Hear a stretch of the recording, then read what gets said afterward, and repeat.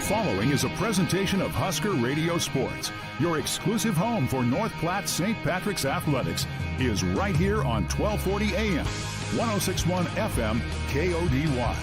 You can also hear all the action at www.huskerradio.com or on the KODY mobile app, available for free in the Google Play or the App Store. Now let's send it to the voice of the Irish, Tanner Struckman. And welcome to sunny Grand Island Central Catholic High School, site of some high school football here on a Friday night. Welcome to GICC. It's St. Pat's and the Crusaders. Week 4 of the high school football season is getting underway, and what a beautiful night it is. Welcome into our Quick Stop pregame show. I am Tanner Struckman, glad to be with you, thrilled to be with you for a Quick Stop pregame show. Just around every corner, fast, easy, and convenient. 6 locations throughout North Platte, also locations in Ogallala, Hershey, Grant, and Imperial. On the road everywhere, it is Quick Stop, and I tell you what, we dialed up another beautiful night. Now, you can see on the screen, it is sunny, it is beautiful. I'm not sure if you're watching on the Husker Radio Sports YouTube page how much you're going to see until the sun goes down. We're not real high up, as you can tell. We're on scaffolding for the second time in 3 weeks. So, and this one's not actually as high, not as dangerous, not as high, not as good maybe quality for the video broadcast. But we'll do what we can. We're going to do our best, and we'll bring you today's game, not only on there, but also on KODY 1240 AM, 1061 FM. Just getting started here. St. Pat's 2-1. Grand Island Central Catholic, they're 0-3. The Crusaders, though, have had as tough of a schedule in Class C2 as you're going to find out there. I mean, literally, through 3 games, it's the toughest schedule so far in 2021. So 0-3, but it is a deceiving 0-3. Sutton, Archbishop Bergan, Centennial. Archbishop Bergan, I think safe to say, the best team in Class C2. Sutton, probably a top 4 or 5 team in C2, and Centennial is having a good year as well. So yeah, they've had a tough schedule. This is a game that, plus, they've had against St. Pat's 3-0 since this series started up 4 years ago, and this is the first time we're at the home of the Crusaders. A lot of times they play their home games at Grand Island Senior High. They are home today, so that here we are at the home of the Crusaders, where they bring in some lights. We're on scaffolding. We've got a brand new color commentator for the evening. For Bill O'Malley, he's gone tonight. We welcome in him if he's listening. We're going to debut our special guest host, color commentator, coming up in just a little while. Just getting started, though. We're about 28 minutes away from kickoff. St. Pat's and Grand Island Central Catholic. Again, this has been a game that GICC has won all 3 years. Irish are desperate for a big victory. This is an opportunity. They've got to get this one tonight against GICC. The Crusaders in town and St. Pat's in town for a beautiful Friday night. You could not ask for temperatures better. Here at kickoff, we're going to be in the low 70s. We're going to dip down tonight to about 57 degrees. You could not ask for better high school football weather. So a lot to come on our Quick Stop pregame show, again from Grand Island Central Catholic, right in the heart of Grand Island. A nice field here for some football. We'll continue our Quick Stop pregame show in a moment. We'll chat with Coach Kevin Dodson. When we return, we'll break down the win last week over Centura, and we'll preview the matchup with Grand Island Central Catholic. It's all coming up on your Quick Stop pregame show right here from Grand Island Central Catholic High School on KODY.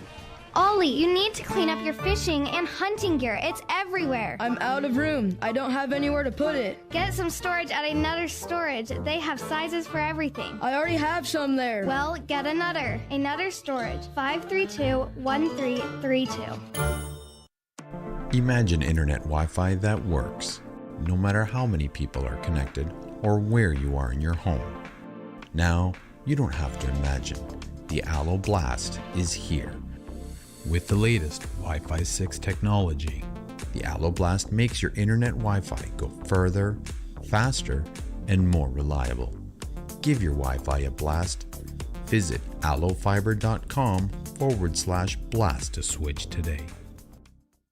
Save the date for October 23rd and start thinking green. I'm Endowment Director Wendy Dotson, inviting you to join us for dinner, auctions, games, prizes, spirit wagons, lucky lotto, and the fun pianos in person at St. Pat's High School. Want a virtual option? Bid, buy, and donate online, then tune in for the results. It's a whole new green, all in support of the North Platte Catholic Schools. Watch the mail for your invite, check out Facebook for details, and join us October 23rd.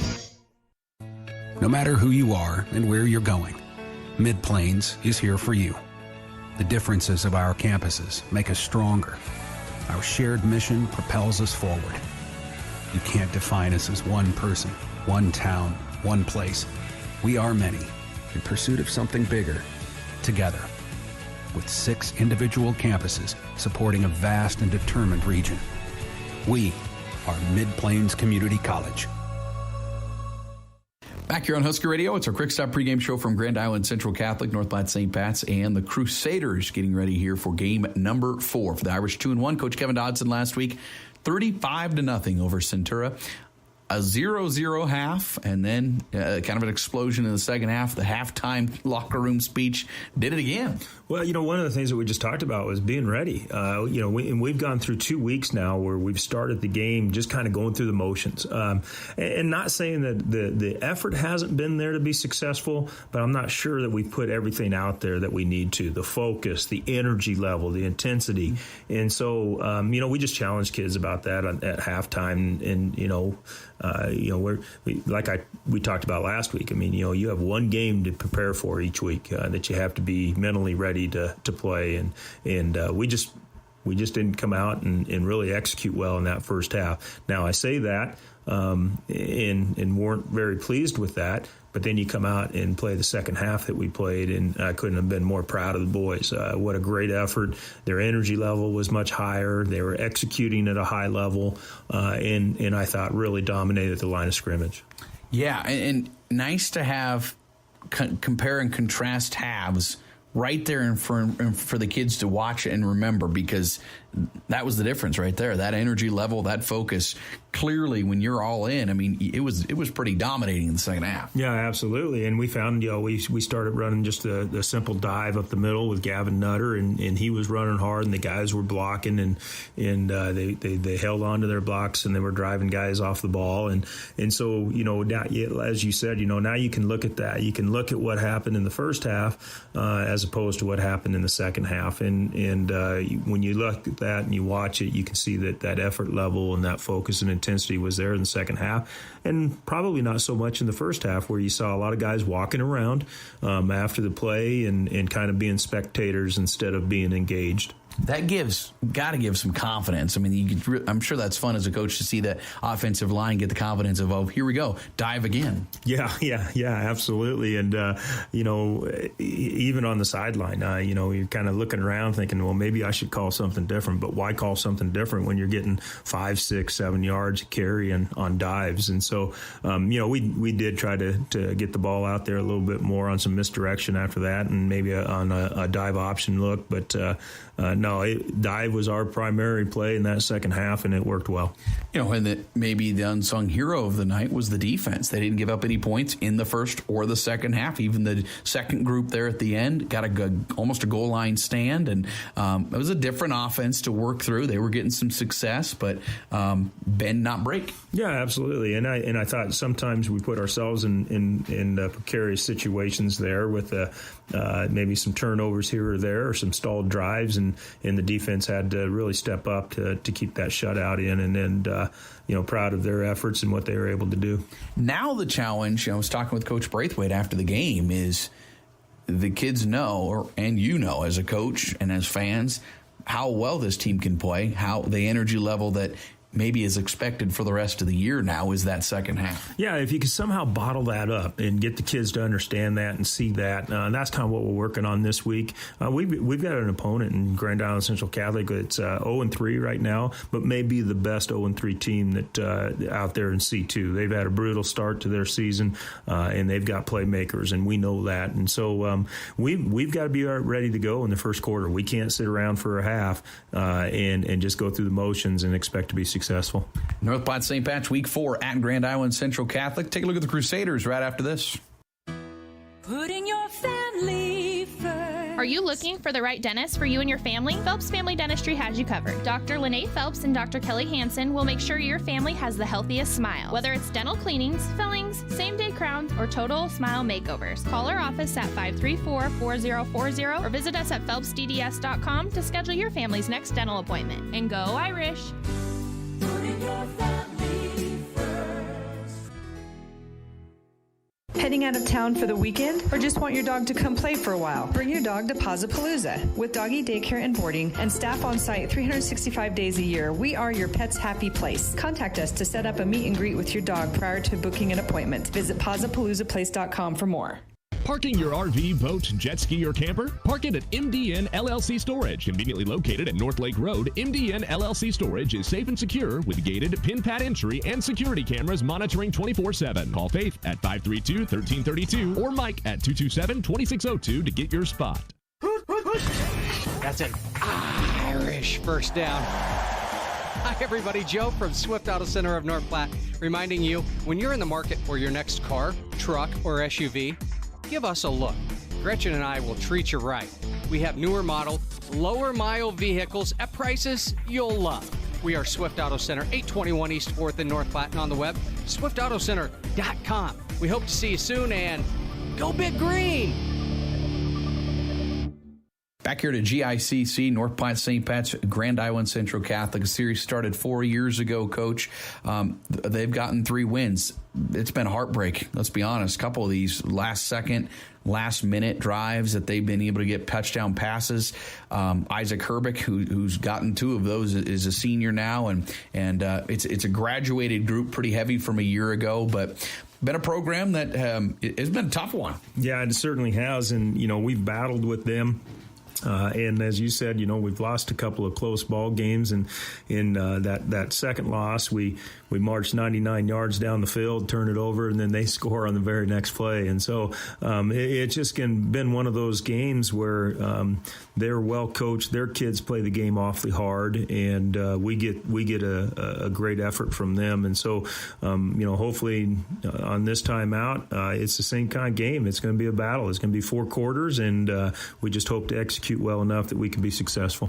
They graduated quarterback Brayton Johnson takes over. He's been one of their guys. He's played since he was a freshman, though. He's an experienced guy, just not at quarterback, but got a couple wideouts they really like to throw a lot to, and that's been kind of the bugaboo for you against Grand Island Central Catholic. Yeah, they got the Herbick and the Lowry out there on the perimeter of their offense, and those guys are big. They're fast, and they're aggressive to the ball. So when they need big plays, they're going to go to those guys and try to move the ball downfield and move the sticks. And so we just have to be ready for that. We'll make a few adjustments this week to help with that and help defend those guys. But you can't lose sight of their run game, and that's what you have to do. You have to be able to stop that run and force them into that pass. But they do both of those very well. And it's really deceiving, because I think 50 yards per game right now rushing, but like you mentioned, they probably statistically they've played the toughest schedule through 3 games in all of C2. Their opponents are 7-2, and they're all probably going to be playoff teams and maybe pretty deep in the 3 teams they played. So it's a little deceiving to look at points or yardage for their first 3 games, because that's about as tough as it gets. Yeah, absolutely. And you go back to a few years ago when we were starting our season 0-3, but we were playing Sutton, we were playing some of these powerhouses that were playoff teams by the end of the year, and it prepared us well for facing our district competition. But same thing here. We can't take them lightly based on their record. You have to look at their opponents and see that they've played some real high-quality football teams, playoff-type football teams. And clearly getting better. I mean, last week much closer, and then their loss, I think just a 12 something like that point loss. It's a team that...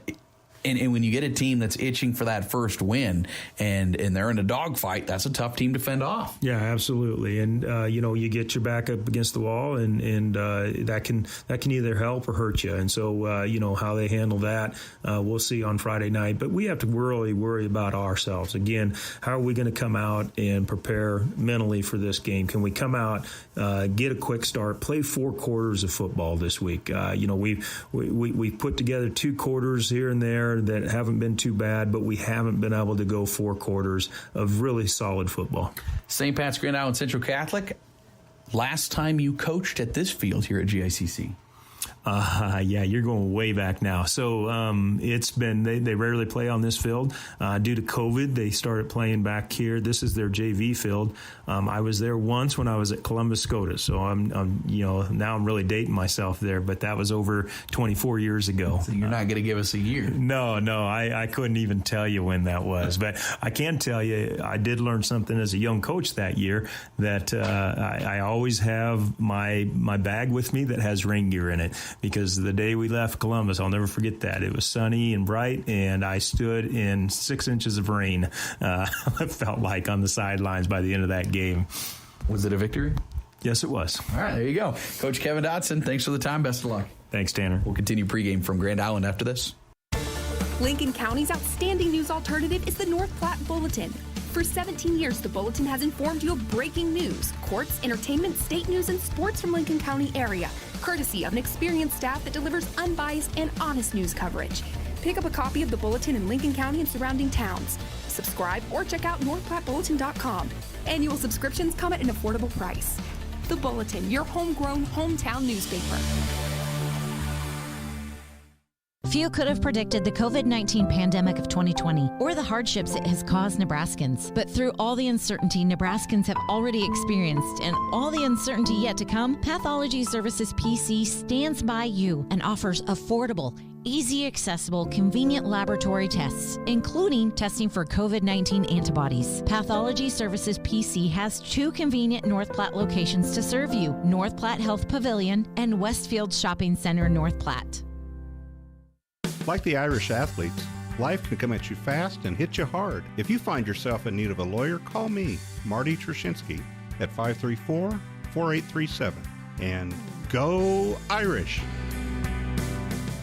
Welcome back on Husker Radio's KODY 1240 AM 1061 FM. It is our Quick Stop pregame show. Just around every corner, fast, easy, and convenient. 6 locations throughout North Platte, also locations in Ogallala, Hershey, Grant, Imperial, on the road everywhere. It is Quick Stop. A beautiful night here from Grand Island Central Catholic High School. 71 degrees, getting ready for 2-1 Irish and the 0-3 Crusaders. Tanner Struckman with you. We've got Xavier Pieper on the video producing side here tonight, up on the scaffolding for the first time. He's on a football broadcast this season. And we welcome in our hotly anticipated Collinsworth sliding in, Mr. Sean O'Neill, onto the welcome to the broadcast. Good evening, sir. Good evening, Tanner. Thank you for having me. I'm excited. You nervous at all? Terrified. Completely terrified. Does the scaffolding help? It does a little bit, yeah. Really? Yeah. It takes your mind off of exactly. this part. I'm more worried about falling than actually talking during the game. That's probably true. That's probably a good move, too. Maybe that worked out well. St. Pat's 2-1, the Irish Crusaders 0-3. And let's talk about the Crusaders. Coach Tim Dvorak, his squad, Sean, has put together a brutal. This is their non-district schedule, by the way. Sutton, Bergen, Centennial, and St. Pat's. They had to have said thanks, NSAA. 0-3, but that's really, and if you look at it statistically, it is 7-2 combined, those 3 teams. That is the best record you could play, opposing record through 3 games in Class C2. So they ain't getting favors on the scheduling side. It's hard to tell how good the Crusaders will be. Absolutely, yeah. They're going to come out with a spread-style attack. St. Pat's going to have to do what they do best, just try to limit the big plays. I'm sure Coach Oftenkamp preached that in practice this week, especially last week, against Centura. They got beat kind of down the field a couple times, some big sweeps and some big passes up the middle. So we'll see if we can't contain them. Yeah, this is a passing attack without a doubt. It's been a program that's had St. Pat's number, and through the air, that's where they've been able to do it. But it's a new quarterback. It's not the same guy for the last 3 years as it's been since St. Pat's started this series back 4 years ago. The Martinez brothers are gone, and in comes Brayton Johnson, a senior quarterback, but he's been a player for this program since he was a freshman. He started defensively as a freshman, so he's a really good talent, 6 foot, 175-pound senior.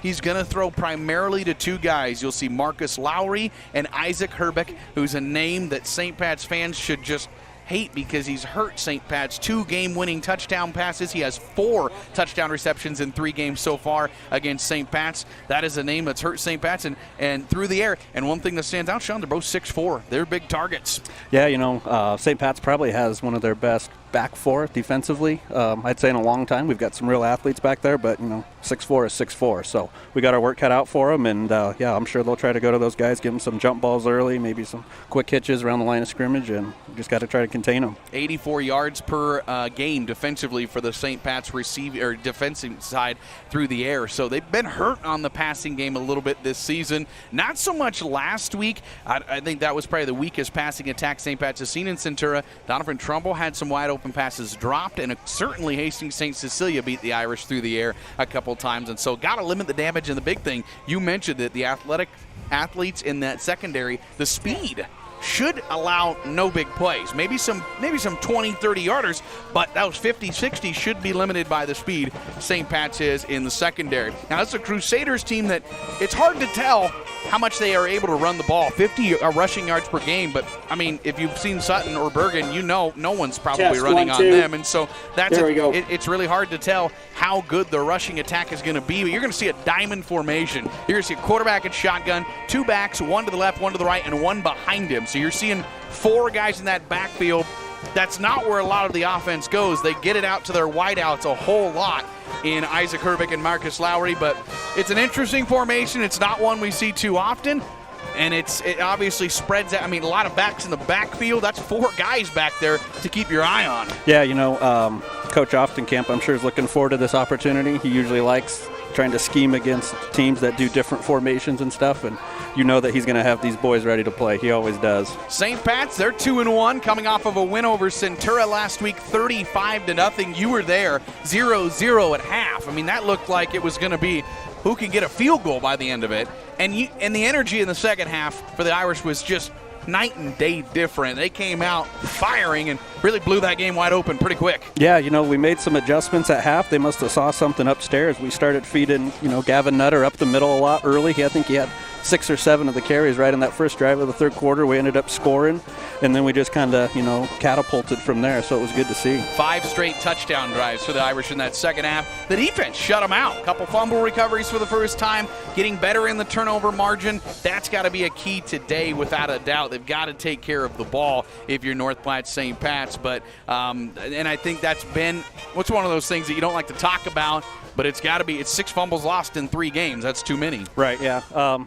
It's like you said, this team might be 0-3 that they're going up against, but ball security will be an issue. Got to take care of the ball. I think they'll make us pay for it. They've got some playmakers, and we just got to take care of the ball. You're going to hear the PA guy because the speaker's not too far away from us, so we'll deal with what we can here. And if you're watching on the YouTube video stream, we're not real high up. I don't know, what are we, 10 feet up, not even? I mean, we're not real high up, so the video, we got the camera as high as Xavier could reach, basically.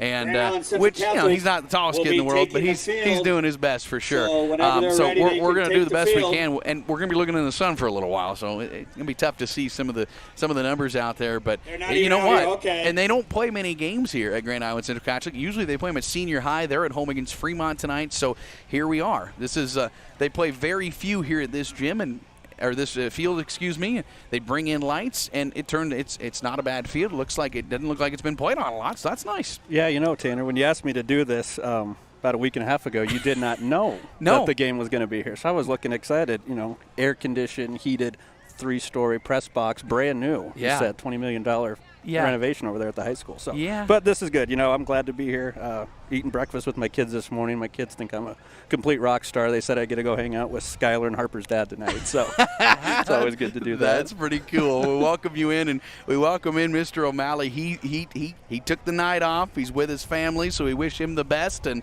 I know he's sad to not be here, certainly. But hey, glad we were able to usher somebody else into the broadcast booth. 2-1 St. Pat's and Grand Island Central Catholic. It was a monster game, though. Points for the Irish. If you look at your district schedule, they're 1-14. For the next 5 teams are having down years, and so this is a points. This is a team that probably I don't know how their district schedules is not as it's a little tougher, but some wins out there certainly.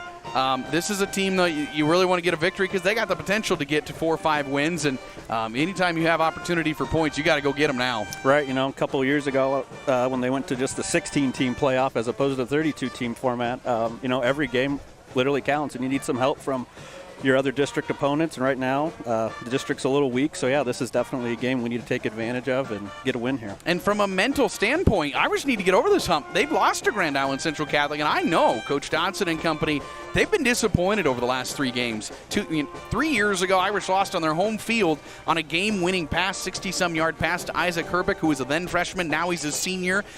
2 years ago, lost in Grand Island 28-7. That was the game they started out with a 15-play drive that went down to the 1, fumbled at the 1, 99-yard touchdown pass to Isaac Herbeck. Yeah, the same guy again. Last year, St. Pat's lost that game in the last minute as well with 48 seconds to go. Lost 20-13, a touchdown pass to Isaac Herbeck. So, yeah, he's hurt the Irish. Number 80 is certainly a target they're going to want to keep an eye on, but it's been heartbreak 2 out of the 3 years, and even that second year at Grand Island Senior High. So, mentally, this is a team Irish got to get over.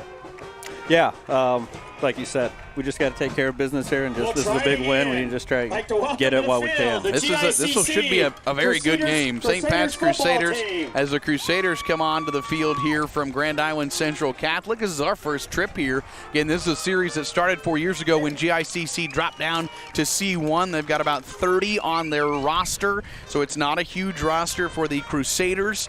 Again, losses to Sutton 37-7, Archbishop Bergen 38-8, and Centennial 42-27. And so it's hard to tell. This is a team that's just had a brutal schedule. What team's going to come out? Is it going to be a team that's inspired and ready for a victory, or are the Irish going to be able to jump on them? We'll find out. We're going to pause for national anthem, and we'll come back. Starting lineups and kickoff between St. Pat's and Grand Island Central Catholic coming up.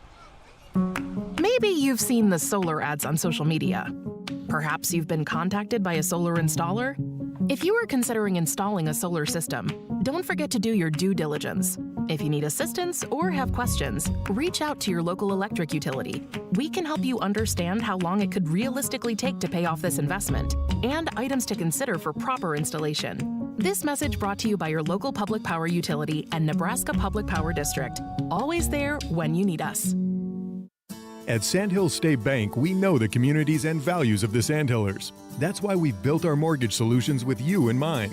Our experienced mortgage officers are ready to help make this process simple and easy, as it should be. At Sandhill State Bank, we make buying a home easy with our flexible mortgage options, dedicated team, competitive rates, and our easy application process. Visit sandhillstate.com for your complete guide to get you started in your home loan application. Sandhill State Bank. This is our home. This is your bank.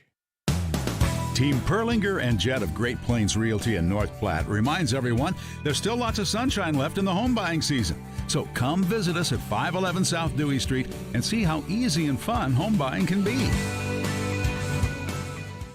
When it comes time to honor the life of your loved one, it's all about the relationship. Adams and Swanson Funeral Home will help you celebrate that bond with assisting you and your family with all services, ceremonies, grief support, and pre-planning. Learn more by visiting adamswanson.com or by calling 532-2044. Find your favorite beverages at Quick Stop with fountain machines with flavor fusion shots, alligator ice slushies, 8 varieties to choose from, gourmet 100% Arabica house blend, and exclusive Seattle Buzz coffee. And for real shakes and smoothies. Pick up your Quick Rewards card today and start saving. Members enjoy rollback prices at the pump every Tuesday and Thursday. Quick Stop with the lowest beer prices in town and happy hour twice daily, and we never close. Quick Stop with 27 locations open 24/7.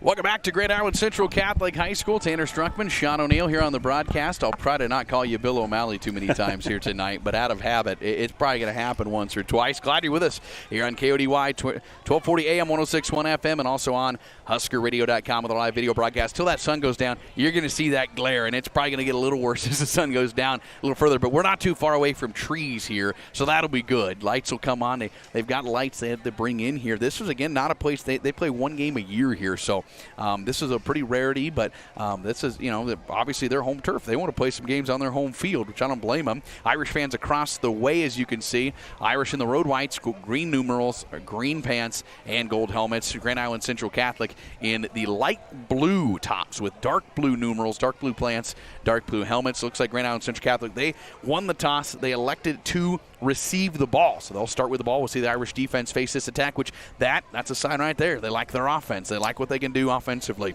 Right, yeah. I'm sure Coach A didn't like the fact that they wanted to take the ball and try and go score on his defense early, so he's going to have those guys ready to play, and we're about ready to get going here. It is 6:59 Central Time. You're listening to KODY North Platte with translator K291BW North Platte and 106.1 FM. CT Computer Services just north of Walmart in North Platte offers Tune-Up Tuesdays, where all in-shop services are half price at CT Computer Services. Technology solved. Here we go. Getting ready for kickoff. The Irish and the Crusaders, again, fourth meeting in this series. St. Pat's has lost all three, so they're going to try to get things done on the better side of this one. This was, again, a game that they need. They need a good win. Last week was a good win, 35-0. This would be a solid victory following up that. And then, of course, they'll start district play next week. It'll be homecoming. Bridgeport comes to town next Friday, a game we'll have on KODY. Midfield off to our right. We're about the 33-yard line, so it's a little different for me. We're further to the I guess this would be the south, I believe, end zone. We're closer to that end. Jack Hess will tee it up. Jack's got 5 touchbacks on the season. Back deep to receive Gage Steinke and Jack Steenson. Back deep to receive the lefty's kick, and we are underway. Jack Hess short end-over-end kick is going to be taken probably about the 10-yard line on the far side. On the sideline running it and out to, but flag comes in from the backside. Boy, it's going to be hard to tell exactly. We're going to rely on the down markers for us to gauge where this ball's at, and maybe the scoreboard as well, but there is a flag before we even mark this, which looks like, again, this is going to be really tough for me to gauge exactly where the ball is, but somewhere around the 30, I would guess. We got to get a flag anyways right away to start this game. And it's going to be a block in the back, which is maybe a hold, it looks like, on Grand Island Central Catholic, and pretty normal penalty on a kickoff return, but the flag came back behind. It was probably didn't affect the tackler by any means.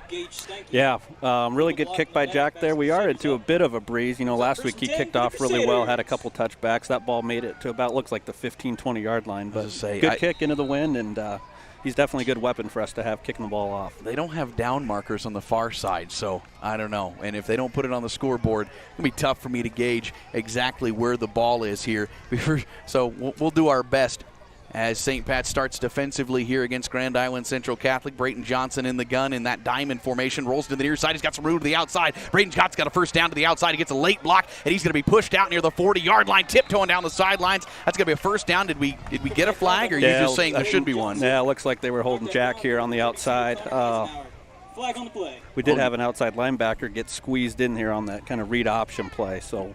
All right, so back-to-back penalties, and you're right, there's the hold. I did see Jack kind of getting held up a little bit, and so that's going to be the first penalty of the game. I'm not sure, again, they don't have it on the scoreboard, so I'm going to do my best on this, but your stats, I can tell you right now, aren't going to be real accurate here this evening. We'll do our best. They're going to move this inside the 30, and what do you say, 24? That what you want to go with? So we'll say a 9-yard gain for Brayton Johnson, and back-to-back penalties here for the Crusaders to start the ball game. They've got first down, and the down marker looks like it's 1st and 5. Yeah, they got 1st and 5. That they move from the spot. All right, so back to throws Brayton Johnson, near sideline, throws wide, incomplete. He was looking intended on this near side for his wideout, Jack Steenson, the sophomore, incomplete. It'll bring up 2nd and 6. Should be 1st and 10, I believe, but either way, they're going to call it that. So we'll go 2nd down and 6 here as Johnson incomplete through the air. Brayton Johnson this year, 46%, 365, couple touchdowns, couple INTs. And it's 2nd down and 6 here for Grand Island Central Catholic. We're moving right to left as you hear it. Again, there's no down markers on the far side, and that's usually where I can look for a ball. So we're going to go with the 24, but your guess is as good as mine. 2nd and 6, that's what you need to know. In that diamond formation, actually, this is just a straight shotgun set, 2 wide, 1 to each side. He'll pitch it out to the back to the far side. Flushed out. Brecken Erickson got an initial arm on him, and they bring him down for a loss. Good defensive stop by the Irish. It's going to be a loss of 4. For the back, it'll bring up 3rd down and 10. Great play by Brecken there. He didn't let the tight end try to hook him, and he kept everything to his outside shoulder and brought him down. Something I did notice, Tanner, Connor on that play moved back to safety, and we had Jack out here on the wing covering one of their wideouts. We might look if maybe Jack and Will are going to match up against those two, which might be right. Would be good for us. Good eye there, Mr. O'Neill. I tell you what, there was some doubt on this broadcast. You just showed right here while we brought you on. Loss of 4 for Ben Alberts, the carrier, and now it's 3rd down and 10. You're right. Jack Hess split out near side. He's wide on a wide out. Trips into the near side for Johnson on 3rd down and 10. Snap back to him. He looks, flushed in the backfield. Did he go down? He did. I didn't eventually see him go down, but the Irish did get a sack back in there, and that's going to bring up 4th down and a mile. Yeah, Brecken Erickson there. That was definitely a coverage sack. Looked like they had some fly patterns, and we had everyone covered, and Brecken was able to get off his man and get back there. Good There's play. going to be a loss of about 10. It's going to bring up 4th down, and Irish going to receive a punt here from Grand Island Central Catholic. So there you go. Irish get a stop defensively. Marcus Lowry, he's a terrific punter. 46 yards per punt. Irish got to be ready here. They're standing back in their own, right at midfield. Yeah, I think Coach Braithwaite would actually prefer a good punter. We can try and get a ball caught. We can get our wall set and see if we can't run one back here. All right, snap back to Lowry. He will get one off. Spiraling kick, catchable. Will Moats coming over, will catch it at the 45. Far sideline, looking for the wall. Gets a block down the sideline. Here he goes at the 40, 35. He's going to be ushered out right where the first down stick was for Grand Island Central Catholic. St. Pat's will take over, and they get a punt return. Haven't had many opportunities this year for a punt return, and so you'll take that. And St. Pat's will have the ball with 9:57 to play in the opening quarter. Scoreless ball game, and excellent field position there in Crusader territory to start the game. Yeah, good job by Justin Schroll there not to get a penalty.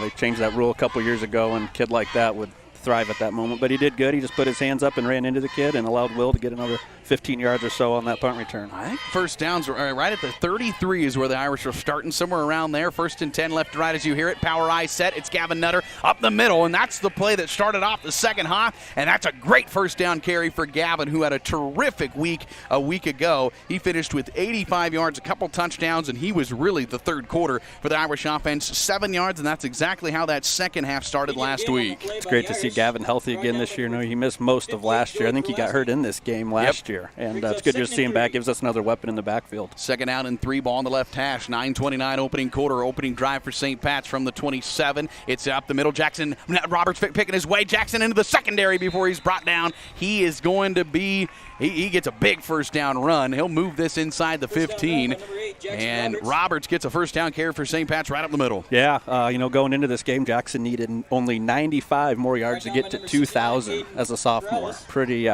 impressive feat. He got hit about 8 yards on that play, kept his balance, got another 5 or so. He can get a first down, so it's about the 14 is where I'd call that. 12-yard gain for Jackson. Here's 1st down and 10 from, I think, the 14-yard line. There's about 4 yards to go before the end zone then. Here's a handoff up the middle. It's Gavin Nutter again. Spins out of a tackle. Gavin getting a little second life, getting pulled by a jersey. He picks up good gain, 5 yards for number 38. That offensive line paving the way. Logan Dodson, Seth Engler, Brecken Erickson, Sam Scholes, and Luke Ekdahl. Justin Schroll and Josh Davies on the tight end. They give him 4. 2nd down and 6 here after the Nutter run. Yeah.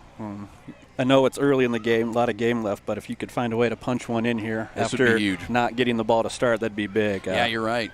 It's a big defensive stop for Coach Brent Optenkamp and company. 2nd and 6. We'll call it right at the 10-yard line here with 8:45 to go in the opening quarter. Under center, Hess turns, gives it. Roberts right up the middle. Roberts churning his legs. He gets his ankle tackled. Nice tackle by 51. Connor Johnson, the sophomore, 2nd on the team coming into today. He will not be at the first down. He'll be about 3 yards shy. It'll bring up 3rd down and 3 from about the 7-yard line. 3rd down and 3. The Irish blueprint definitely hasn't changed in the last couple of years. Coach Dotson's going to run the ball and try to establish the run and see if we can't get them to tighten the box a little bit, maybe throw one over the top. But good job so far establishing the run game. Irish in the first half last week was in this situation of 4th down, and they threw on 4th down and had a man open. He just didn't catch it. So this is one where you like to pick it up here. 3rd and 3 from the 7. Ball on the right hash, working left to right into the north end zone. And Hess moves Moats out to the left wing. It'll be Nutter and Roberts in the backfield, I formation, and we're going to get a whistle, and we are going to get a timeout taken. I think Coach Johnson maybe saw the shift St. Pat's didn't like it. So we've got a timeout on the field. This timeout brought to you by Mid-Plains Community College. No matter where you're going, Mid-Plains can take you there with 6 individual campuses. Mid-Plains Community College is your next home. Check them out at mpcc.edu. Big 3rd down right after this on KODY. Too many friends and family to stay at the house? Treat them to luxury at the Marriott Fairfield Inn & Suites. They'll enjoy our high-definition televisions, free wireless internet, and a state-of-the-art exercise facility. Relax at the outdoor fire pit or visit the hot tub while the kids enjoy the indoor pool. Enjoy a free breakfast after a great night's sleep. All 2-bedded rooms feature queen-size beds. Reserve your room and get the best rate guarantee at Marriott.com. The Marriott Fairfield Inn & Suites at I-80 and Highway 83 interchange in North Platte. Do you want Want to support North Platte Catholic Schools? One great way is to support the Bargain Bin, a thrift store located at 421 East 3rd Street in North Platte. The Bargain Bin is open Fridays and Saturdays from 10 a.m. to 3 p.m. and sells everything from household items, crafts, clothing of all sizes, including children's, bedding, holiday decorations, antiques, and furniture. The Bargain Bin is completely volunteer ran, and all proceeds benefit North Platte Catholic Schools. Shop the Bargain Bin to support the Irish. Open Fridays and Saturdays. Out of the 10 to timeout, 3. sweep right side for Jackson Roberts looking for the corner, and Jackson Roberts will not get in, but he will get a first down. Boy, he's got to be close to the goal line, Sean. I think he's looked like by the visual on the far side, he might be down to the 1. It's going to be first and goal. Irish on the 3rd and 3, go to Jackson Roberts to the outside. They move the chains, first and goal. Yeah, just a sweep right play there. Brecken Erickson pulled out, knocked out a guy, and not one guy's going to bring Jackson down. It's going to be a load of them. So nice run by him. I think it's first and goal at the 1, don't you? 7:40 opening quarter. St. Pat's getting a stop defensively, moving down to the 1-yard line. They'll try to pound one in here. Jack Hess under center on the right hash. He'll go quarterback sneak himself. Jack Hess gets the call. He's in for a touchdown. St. Pat's has grabbed an early 6-0 lead on a Jack Hess touchdown, his 3rd rushing touchdown of the season. Great opening drive right there. Coach Dotson's got to be really happy establishing the run game, and hopefully that'll open up our passing game. Short field and all set up by the good defense and special teams. All 3 phases of the game clicking there with a good punt return by Will Moats. And now Hess on for the extra point, where he has had a great year so far, 10 of 12. 1 missed, 1 blocked here in 2021 for North Platte St. Pat's. 6-0 Irish with the early lead here over Grand Island Central Catholic. Gavin Nutter to do the holding duties into the north end zone. This one, nice fluid kick by Jack Hess, is up and in. And St. Pat's puts together a 5-play, 33-yard drive. It ends in a 1-yard touchdown run by Jack Hess. They've grabbed a 7-0 lead. We do have a flag. We do. It's a personal foul running into the kicker. Yeah, Jack was on the ground at the end of that. That's the second time that's happened for Hess. That'll be assessed on the kickoff. So we'll revisit that when we come back. 7-0 St. Pat's here. 7:30 to go in the opening quarter. Back after this on KODY. Ollie, you need to clean up your fishing and hunting gear. It's everywhere. I'm out of room. I don't have anywhere to put it. Get some storage at Nutter Storage. They have sizes for everything. I already have some there. Well, get a Nutter. A Nutter Storage. 532-1332. Imagine internet Wi-Fi that works, no matter how many people are connected or where you are in your home. Now, you don't have to imagine. The Allo Blast is here. With the latest Wi-Fi 6 technology, the Allo Blast makes your internet Wi-Fi go further, faster, and more reliable. Give your Wi-Fi a blast. Visit allofiber.com/blast to switch today. Back here on Husker Radio's KODY, 1240 AM, 106.1 FM. North Platte St. Pat's 7-0. A 1-yard touchdown run by Jack Hess on a quarterback sneak. A 5-play, 33-yard drive. And now they'll kick off from the 45 of Grand Island Central Catholic after the penalty, running into the kicker, roughing the kicker. 3rd penalty already on Grand Island Central Catholic. They started on the kickoff return, got another one on their first offensive play, and now one on the extra point. So Hess will try to put this one through the end zone, and I will say it before he gets there, he might kick that one through the uprights. Close. It's going to be a touchback, his 6th of the year. Grand Island Central Catholic will bring it out to their own 20. Great kick there. Way to win the battle of field position right now. You know, that's the name of the game. Let's keep them on our side of the field, and let's get another 3 and out. Boy, if you're St. Pat's, this is about as good of a script you could do through 5 minutes, 4.5 minutes. A defensive stop. That being said, big holding call initially, because Grand Island Central Catholic started the game with about a 25-yard run. That was called back, but then you get a punt, you get a great punt return, you score, and you grab a 7-0 lead here on the road at the Crusaders. Sun starting to set a little on the far side. And working right to left in a radio dial, Brayton Johnson 0 for 1 on that opening drive. Couple carries. He gave one to Ben Alberts. He'll be in the backfield in the shotgun set. Snap back to him. He'll turn. He'll keep it himself. Get around the outside man. Won't get. Boy, good to play defensively there by the Irish. That's a nice play by 62 Brecken Erickson, who's having a ball game as he brings down Brayton Johnson. He got a good first down carry, but he slipped past one guy, but not past 62. Yeah, Nutter kind of got sucked in again. That was the first play they ran where they had a big gain, but the holding call. So they like that play, and they're finding some success. But that was a great open field tackle by Brecken. He would have went for another 15, 20 yards had he not brought him down. That was a 3-yard gain. It looked like it was going to go for a lot more. Again, this is a team that's averaging 50 rushing yards per game, but against really good competition. 2nd down and 7 out of their own 23-yard line. Shotgun set. He'll roll right, run a little option, pitch it to the outside. Erickson chasing again. This time a tackle on the far side. Terrific play defensively by that secondary on the far side. Josh Davies. Great play by Josh. What a play by the outside linebacker. He'll lose yardage. It's going to be, I think, 3rd down and 10. Just lost the 3, maybe further back than that. They move it, way back. That's a loss of 8 yards. Brings up 3rd and 15. Something to watch. I've seen Jackson Roberts backing up here at the safety position a little bit with he and Connor and Sam Trushinsky rolling in. But Jack and Will are definitely playing on the outside on their 2 top receivers. 3rd down and 15 now. Back at their own 15-yard line.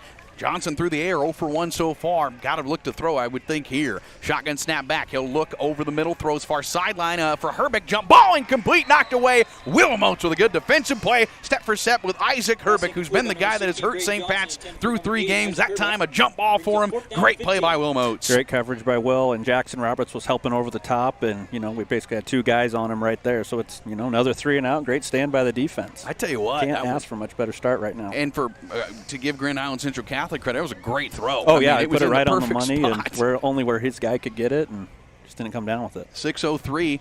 It's opening quarter. St. Pat's 7, GICC zip, and back-to-back punts. Marcus Lowry, we mentioned 46-yard average, gets a good snap back. He's got time. He'll get this one not as good. It's going to be low, not catchable.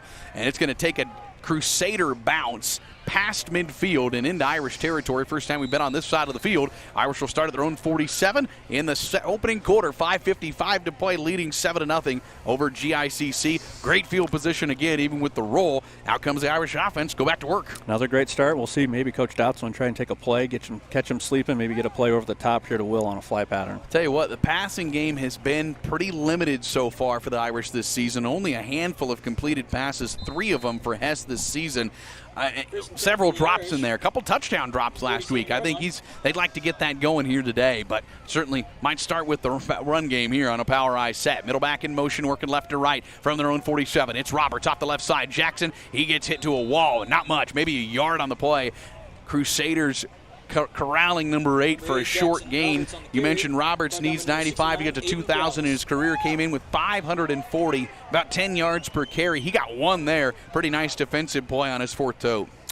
Yeah, not a lot there. A lot of inside pressure got through there. Brings up 2nd and 9. 2nd and 9. We'll just try and get a first down here and just keep the momentum going. Don't get complacent. Let's just run some more clock and let's not get a stall right here. Oh, and this is certainly the play to try to extend the drive. 2nd and 9. It's a counter dive. Nutter hits a wall, push back. Nothing doing again. This time the Crusaders there. Brayton Johnson, the quarterback. He plays a lot defensively as well. Senior came up hard, crashing from his defensive back spot. It's going to be 3rd and 9. Irish don't get anything. Nowhere to go on that pitch trap play. So 3rd down and 9. We might see the Irish passing attack for the first time. All 3 passes, by the way, completed to Will Moats this season. So 21 has seen a lot of the attention. He'll be split out to the near side, flanked out on his own, split back behind Jack Hess. Under center on 3rd and 9 from his own 48-yard line. 5-step drop, back to throw, rolls right, tons of time, throws, and out to the flat, incomplete. He had an open Justin Troll, knocked down though by Herbeck. Nice play. It'll be a 3 and out for the Irish. Yeah, great throw, little 15-yard out. Jack threw a great ball. Herbeck just made a better play on it and just knocked it away. And bring out the punting unit here. Let's just try and flip the field and get a good punt down there, and totally capable of doing that. Jack's got a great leg. 4:37 opening quarter, 7-zip St. Pat's, so a 1-yard drive stalls out. 4th and 9 coming up, and the Crusaders defense wins the battle there. Hess back to punt for North Platte St. Pat's. 33-yard average along a 40.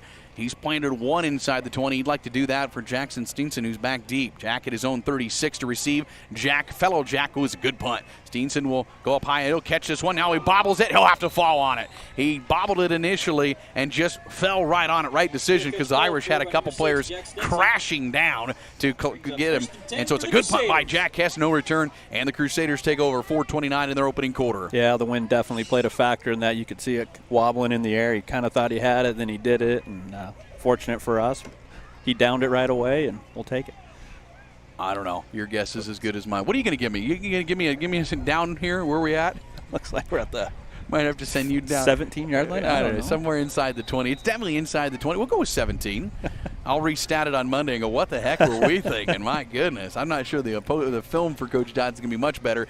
You got Matthew Leach on scaffolding on the far side. We'll just have to go with what we got. Here we go. First down and 10. St. Pat's or Grand Island Central Catholic in the shotgun set. It's back to the right side. This is a positive carry on that right side for GICC. It'll bring up second down.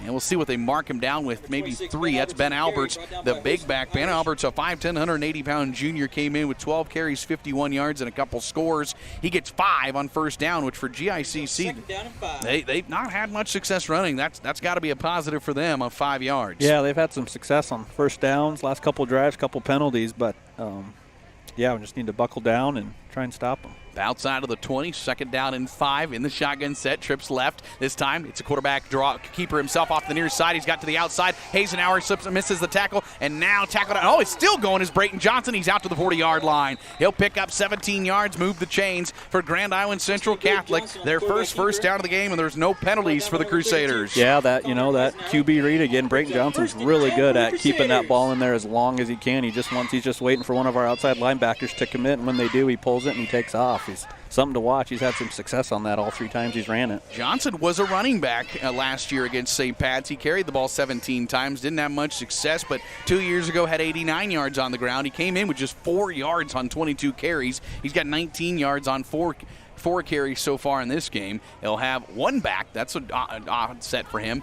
2 split to the far side, 3 split to the far side, 1 back off the left hip. That's Steinke on first and 10 from the 40. He'll keep it again. Slips a tackle in the backfield. He's got some room. If he gets a block to the outside at midfield, he's going to be pushed out at the 48. Hess with a good job to shield his Lowry block, but it's a first down run for Brayton Johnson. He's shifty. That's what you see right away. Yeah, it's just that same play again, just that QB read. And Gavin Nutter was there to make the play, just missed the tackle. And then, unfortunately, that's all Brayton's trying to do is make one man miss. And good open field tackle by Jack Hess to keep him contained. That's a gain of 14 more for Brayton Johnson, who's finding some offense. And I think you're seeing what Grand Island Central Catholic maybe thinks they can do here. First down and 10 down to the Irish 46-yard line as they work to the field in front of us now as we see it. And they'll once again go trips right. So you got to think another opportunity for a zone read here from Brayton Johnson. He's got Steinke off his right hip here, or do they elect to go through the air? First, we're going to get a flag. Irish were maybe stepping at the line, but were they induced by the offensive line? This is going to be officials come over.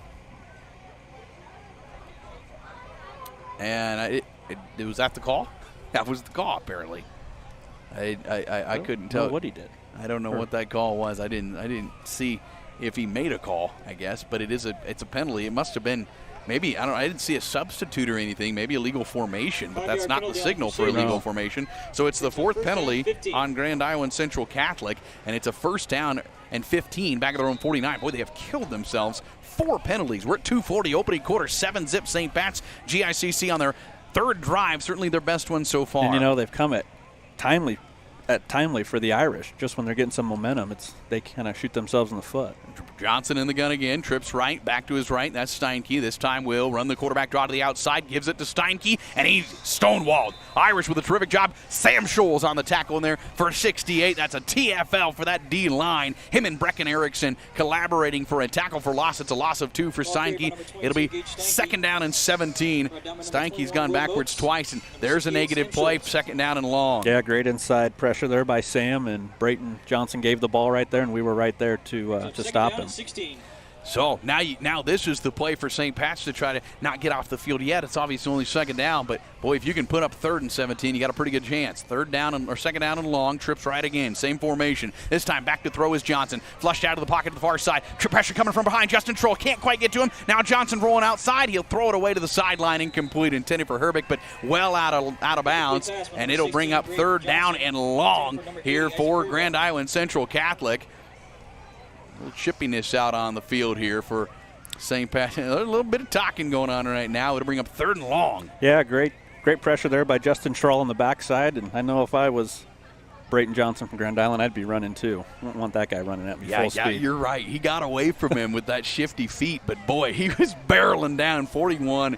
He's an animal. I mean, that's the way to describe Justin Schroll on the football field, without a doubt. So 3rd down and long here from their own 48-yard line, 47-yard line here. Working right to left in your radio dial. We'll be able to take the shades off here. Sun just starting to set. It's going to turn into a beautiful night. 3rd down and long. Trips right again for Brayton Johnson. He's looked that way every time. Isolates one to the near side. That's Marcus Lowry. He looks over the middle, far side. Incomplete, intended for Herbeck again. Just trying to get him on a quick slant route, threw it wide of him. It'll be 4th and long. Will Moats right there with him step for step. Even if he would have caught it, he wouldn't have had much. Great coverage by Will. Brings up 4th down. You wonder if GICC just trying to get either a quick hitter and get him running, or, hey, get 8-10 and maybe set up a 4th down gopher situation. On 3rd down and 17, though, this is going to be a punt.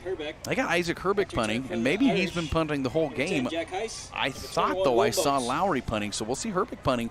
I know Lowry's been doing the punting duties this year. Irish send Moats and good color guy would know that. Hess back deep to receive this high punt. This is not spiraling the wrong way. It's going to bounce at the 30-yard line, roll into the 29, and it'll be down there by Grand Island Central Catholic. Hey, I can get that spot pretty well. It's right in front of us. So here we go. St. Pat's 7-zip. We have a $1:21 to play in our opening quarter. That's a 6-play drive that stalls out. Pretty good defense from St. Pat's so far. They have been able to stop 3 punts for GICC through their first 3 drives. Up 7-zip. Yeah, big drive coming up here for the Irish. If we can just find a way to get some points on the board, maybe take a wind out of their sail, you can tell GICC is clearly frustrated. They've had some success, but they keep just killing themselves with bad penalties, and they're clearly frustrated here on the sideline. Certainly the worst field position for St. Pat's of the game at their own 29-yard line. They'll work left to right on your radio dial. We get our best look here at St. Pat's offense, and you do too if you're watching on YouTube. We welcome you. All right, 1st and 10 on the near hash. Left to right is Jack Hess. Under center, he'll turn, give it. Roberts up the middle, puts his head down, lowers his head, and gets across the 33 to the 34-yard line. Gain of 3. 3rd down and 2nd down and 7. Good positive 1st down carry for Roberts, who has 5 carries, 25 yards. Yeah, whole pile was moving in the direction you want it to go. Nobody got through the first area of the lineman, and good run. Big thank you to Viera Wireless for providing internet for our radio and video stream this evening. Check out Viera Wireless for your cellular and home internet needs. 2 locations in our North Platte on Cottonwood location or in the Platte River Mall. 2nd and 7 here for the Irish offense. 47 seconds to play, opening quarter here. 7-zip over Grand Island Central Catholic. Turning, and this is back to a little option play. They pitch it out to Roberts. It's read very well. GICC drops him for a loss of 3. They come in hard, and nobody blocked 58, I'll tell you that. Joey Korolewski, the senior linebacker, or D lineman, knocked him down for a loss of about 2.5. It'll be 3rd down and 9. Yeah, it's got to be tough being Jackson, knowing you get in a pitch and you're just going to get absolutely creamed by about 3 defenders. But good job hanging on to the ball. They sniffed that play out well. Now you got to go back to work here on 3rd down and 9 with 12 seconds. They could run out the clock here on this first quarter if they'd like to. Not much wind anymore. 8 seconds, 7 seconds, 3rd and 9 from their own 29. A flag wide out on the near side. Will Moats jumps. That's going to be the first penalty on the Irish with 2.3 seconds to go here in our first quarter. He signaled to Grand Island Central Catholic a penalty on the Crusaders. And now they're going to get together. Maybe the head judge saw something different. Boy, that's gonna upset the Crusaders sidelines. I'll tell you that right now. They're already not happy about that, and maybe they'll overturn this. We'll see. They will. Yes, he's going to change his call. I think that's the right call. Yeah, they got it right. Yeah, Will jump. Pretty obvious. Will Moats took off, and so it'll bring up now a 3rd and 15 with 2 seconds to go. They will wind the clock, though, and that'll take us to the end of the first quarter of play. Here from Grand Island Central Catholic, St. Pat's 7, Grand Island Central Catholic 0. First quarter in the books from GICC. Our second coming up next. You're listening to High School Football on KODY. Save the date for October 23rd and start thinking green. I'm Endowment Director Wendy Dotson, inviting you to join us for dinner, auctions, games, prizes, spirit wagons, lucky lotto, and the fun pianos in person at St. Pat's High School. Want a virtual option? Bid, buy, and donate online, then tune in for the results. It's a whole new green, all in support of the North Platte Catholic Schools. Watch the mail for your invite, check out Facebook for details, and join us October 23rd. No matter who you are and where you're going, Mid-Plains is here for you. The differences of our campuses make us stronger. Our shared mission propels us forward. You can't define us as one person, one town, one place. We are many, in pursuit of something bigger, together. With 6 individual campuses supporting a vast and determined region. We are Mid-Plains Community College.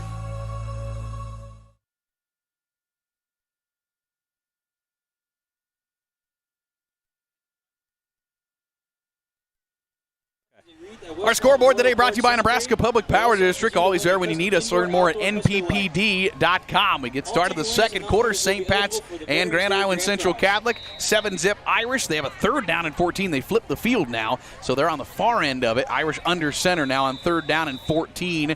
And a whistle before they can snap the play. And we are going to have a timeout taken by the Crusaders. They didn't like how they were lined up. And so they'll burn a timeout, their first of the ball game. And we'll take another quick break. We're back after this. 7-zip St. Pat's on KODY.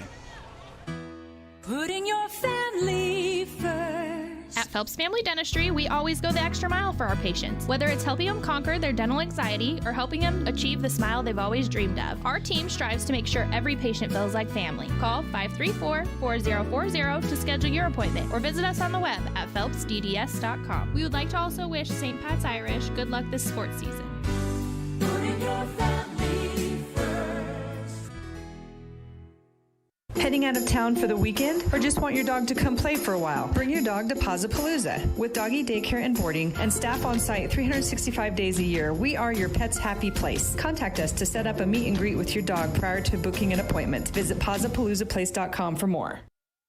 All right, welcome back here. 3rd down and 14. Irish run a counter to the outside. Jackson Roberts. Jackson can't get out of a jersey tackle, and then the teammates come. Getting a jersey was one Crusader, and that held him up in the backfield. I think Gage Steinke was there, and then the teammates came to fill in, and that's going to bring up 4th down and long. Irish have been really struggling on 3rd down this year, only 17%. Now it's 3rd and 14, so just a counter to try to catch GICC off guard. It did not. It lost 1. It's 4th down and 15. Yeah, just try to get out to the outside. GICC did a good job getting up the middle and not letting Jackson get out. All right, so St. Pat's now goes back to work on the offensive side, or defensive side after the punt. Jack Hess gets a good spiraling kick. Steenson back. That's going to go over his head. Bounce to the 35, take an Irish roll down to the 31-yard line is where he'll be down. That's a good punt by Jack Hess. And 11:08 to go in the second quarter. GICC gets a stop, and Irish will go to work defensively. GICC starts at their own 31-yard line. Yeah, great pump by Jack, and I think what a weapon it is to have him back there. One, he's left-footed, too, so ball spins a little different than most of these guys are seeing every week, and if you can just flip the field a couple times a game, it just really throws GICC out of sync. I was going to say, that went over Steenson's head. He misjudged it, and that was another 10 yards probably without not even counting the return. 11:08 to go, second quarter. Crusaders with 1 first down in the ball game. St. Pat's with all theirs on their opening drive. They've gone 3 and out in the last 2. Here's the 4th drive for GICC. Trips right for Brayton Johnson. He's 0 for 4 through the air, but he's ran the ball effectively. They'll pitch it out into the flat for Steinke. Gets out of 1, gets to the line of scrimmage, brought down by a host of Irish tacklers. Right there is Josh Davies, Jackson Roberts, and Connor Hazenauer. 2nd and 10 for Gage Steinke, who's been the main back here in 2021. Number 22 with 68 rushing yards, leading the team. The 5'11", 155-pound senior gets nothing. 2nd and 10. Yeah, it's the first time we've seen that play. Just a little quick pitch to the right. Great job by Josh Davies to get off a block here in the boundary and make a play on him with Jackson Roberts, not let him get more than a yard or so. Number 7's had a good start to the ball game. 2nd and 10 from their own 31, 10.5 opening half. 2-3 trips to the far side again for Johnson. Ball on the left hash. Snap back. Johnson this time zone read. Gives it. Back up the middle. Gets a good hitter. Brought down by Sam Trushinsky, but not before he gets to the 38. Steinke gets 7, maybe 8. It'll set up 3rd down and short. That was a nice one right up the gut for 7. Yeah, Brayton Johnson again with that QB read. He's really good at keeping that ball in the mesh point as long as he can. He decided to give it at the last second. There was a little hole, and he got through to 3rd down and manageable. Monster 3rd down at their own 38. Maybe not a go-for situation, so if you can get a stop, you might get the ball back. 9:58, second quarter. 3 split to the far side. In the shotgun set, Johnson with his own read again. This time gives it back, hits a wall. He will get 1. That's where the wall will stop. Irish hold him up, push him back. It's going to bring up 4th down and 2.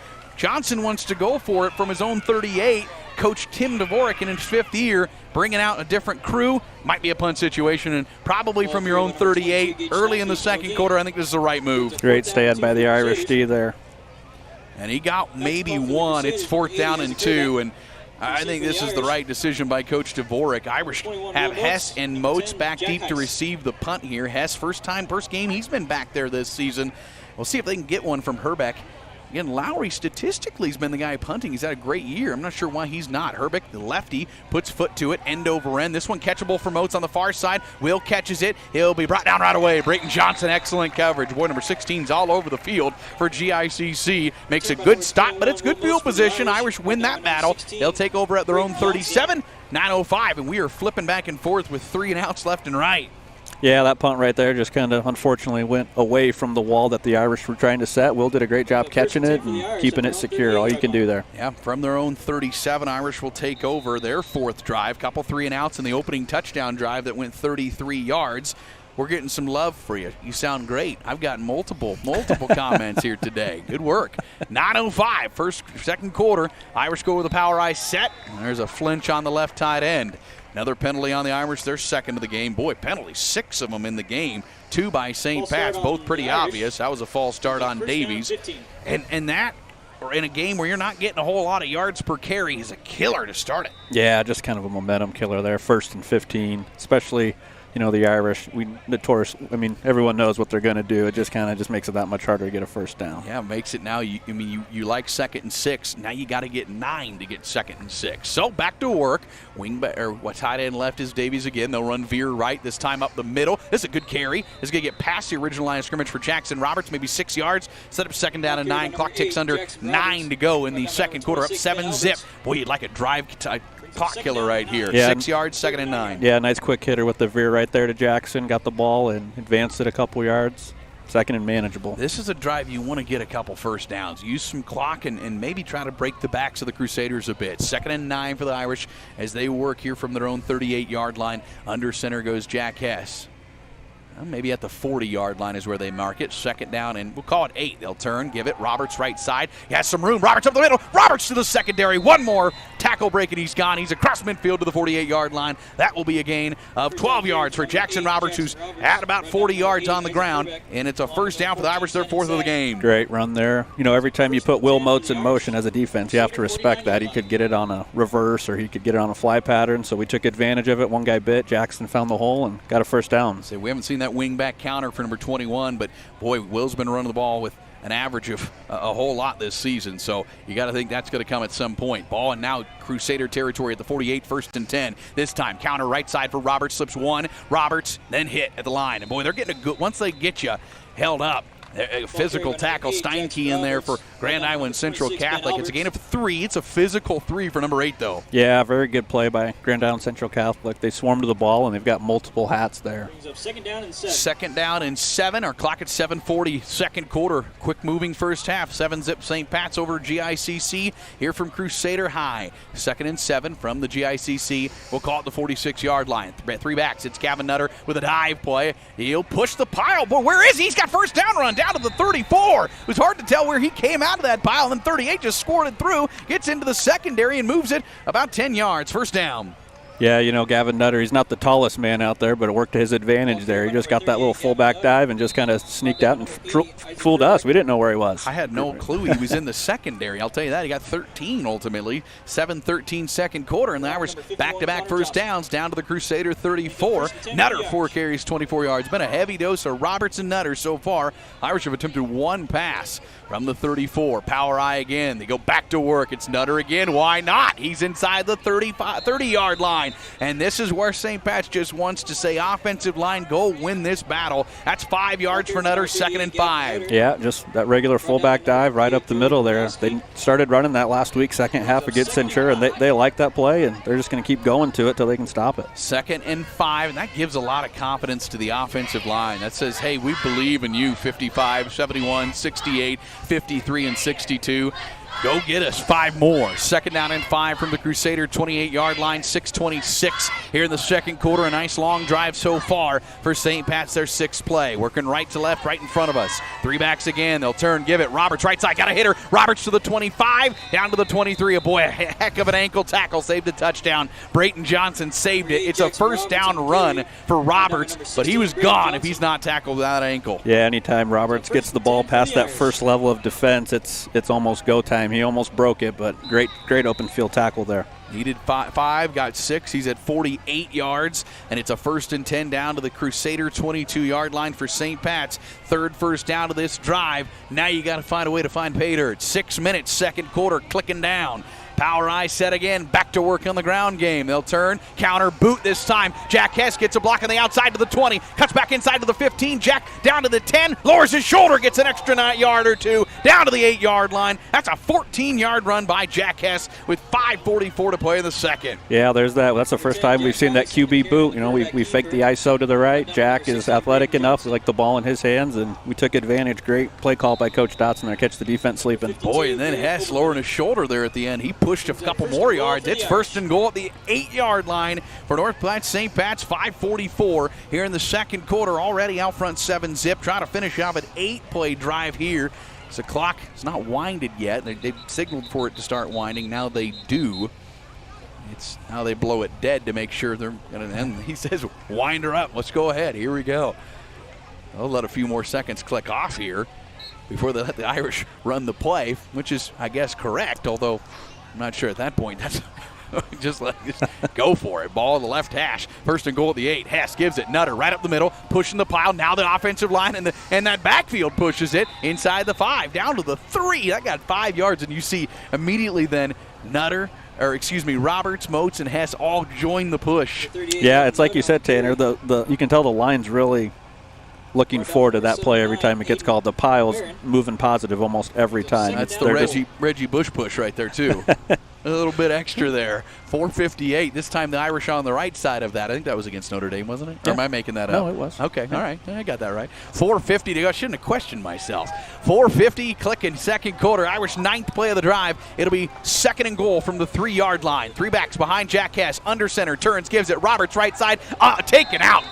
Boy, that was a great tackle. That's a touchdown if he doesn't take his ankles out. Really nice play. I think that was Aiden Perales. Hunter Borges, number 68. All right, that was a great play. It's going to be set up 3rd down and 2.5. Maybe got a half a yard, but that was a touchdown easily for Roberts. He walks in. If he doesn't take his ankles out, it'll take a 10th play to try to drive in a touchdown.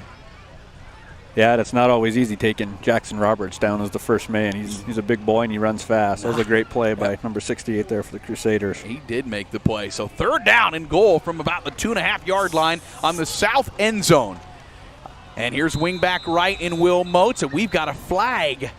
Boy, this would be, it's going to be offsides. Lining up in the neutral zone as Crusaders. Oh, that's a gift because 5 yards is the wrong way is a huge penalty. Instead, it's going to be 3rd down and goal at about the 1.5 for St. Pat's.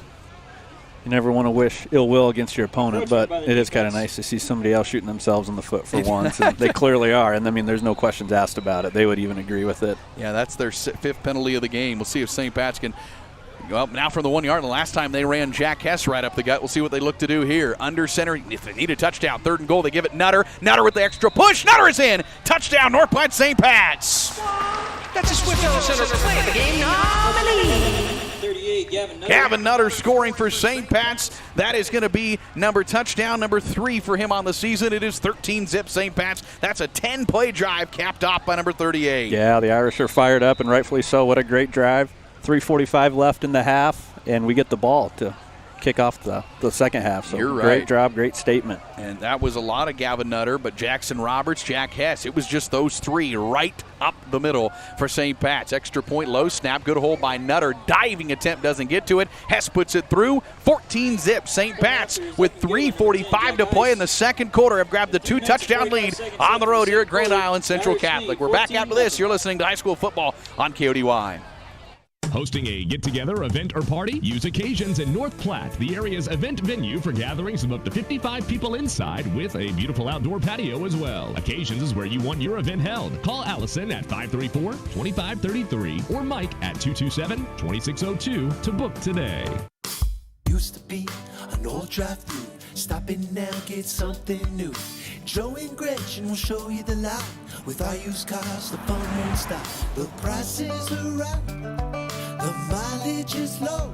It's a no-pressure sale. Come find your dream set of wheels at Swift Auto Center, where customers send their family and friends. 10-play touchdown drive for North Platte St. Pat's. It went 63 yards, capped off by a Gavin Nutter 1-yard touchdown run, and St. Pat's has grabbed a 14-0 lead with 3:45 to play here in our second quarter. Tanner Struckman, Sean O'Neill here. The lights coming on, the sun's setting here at Crusader High, and beautiful evening. I mean, this is football weather. If you can't get jacked up for this, something's definitely wrong with you. There you go. I like that. Bill O'Malley would not say that for what it's worth. Not calling him out or anything, but it's a different vibe tonight. I like it.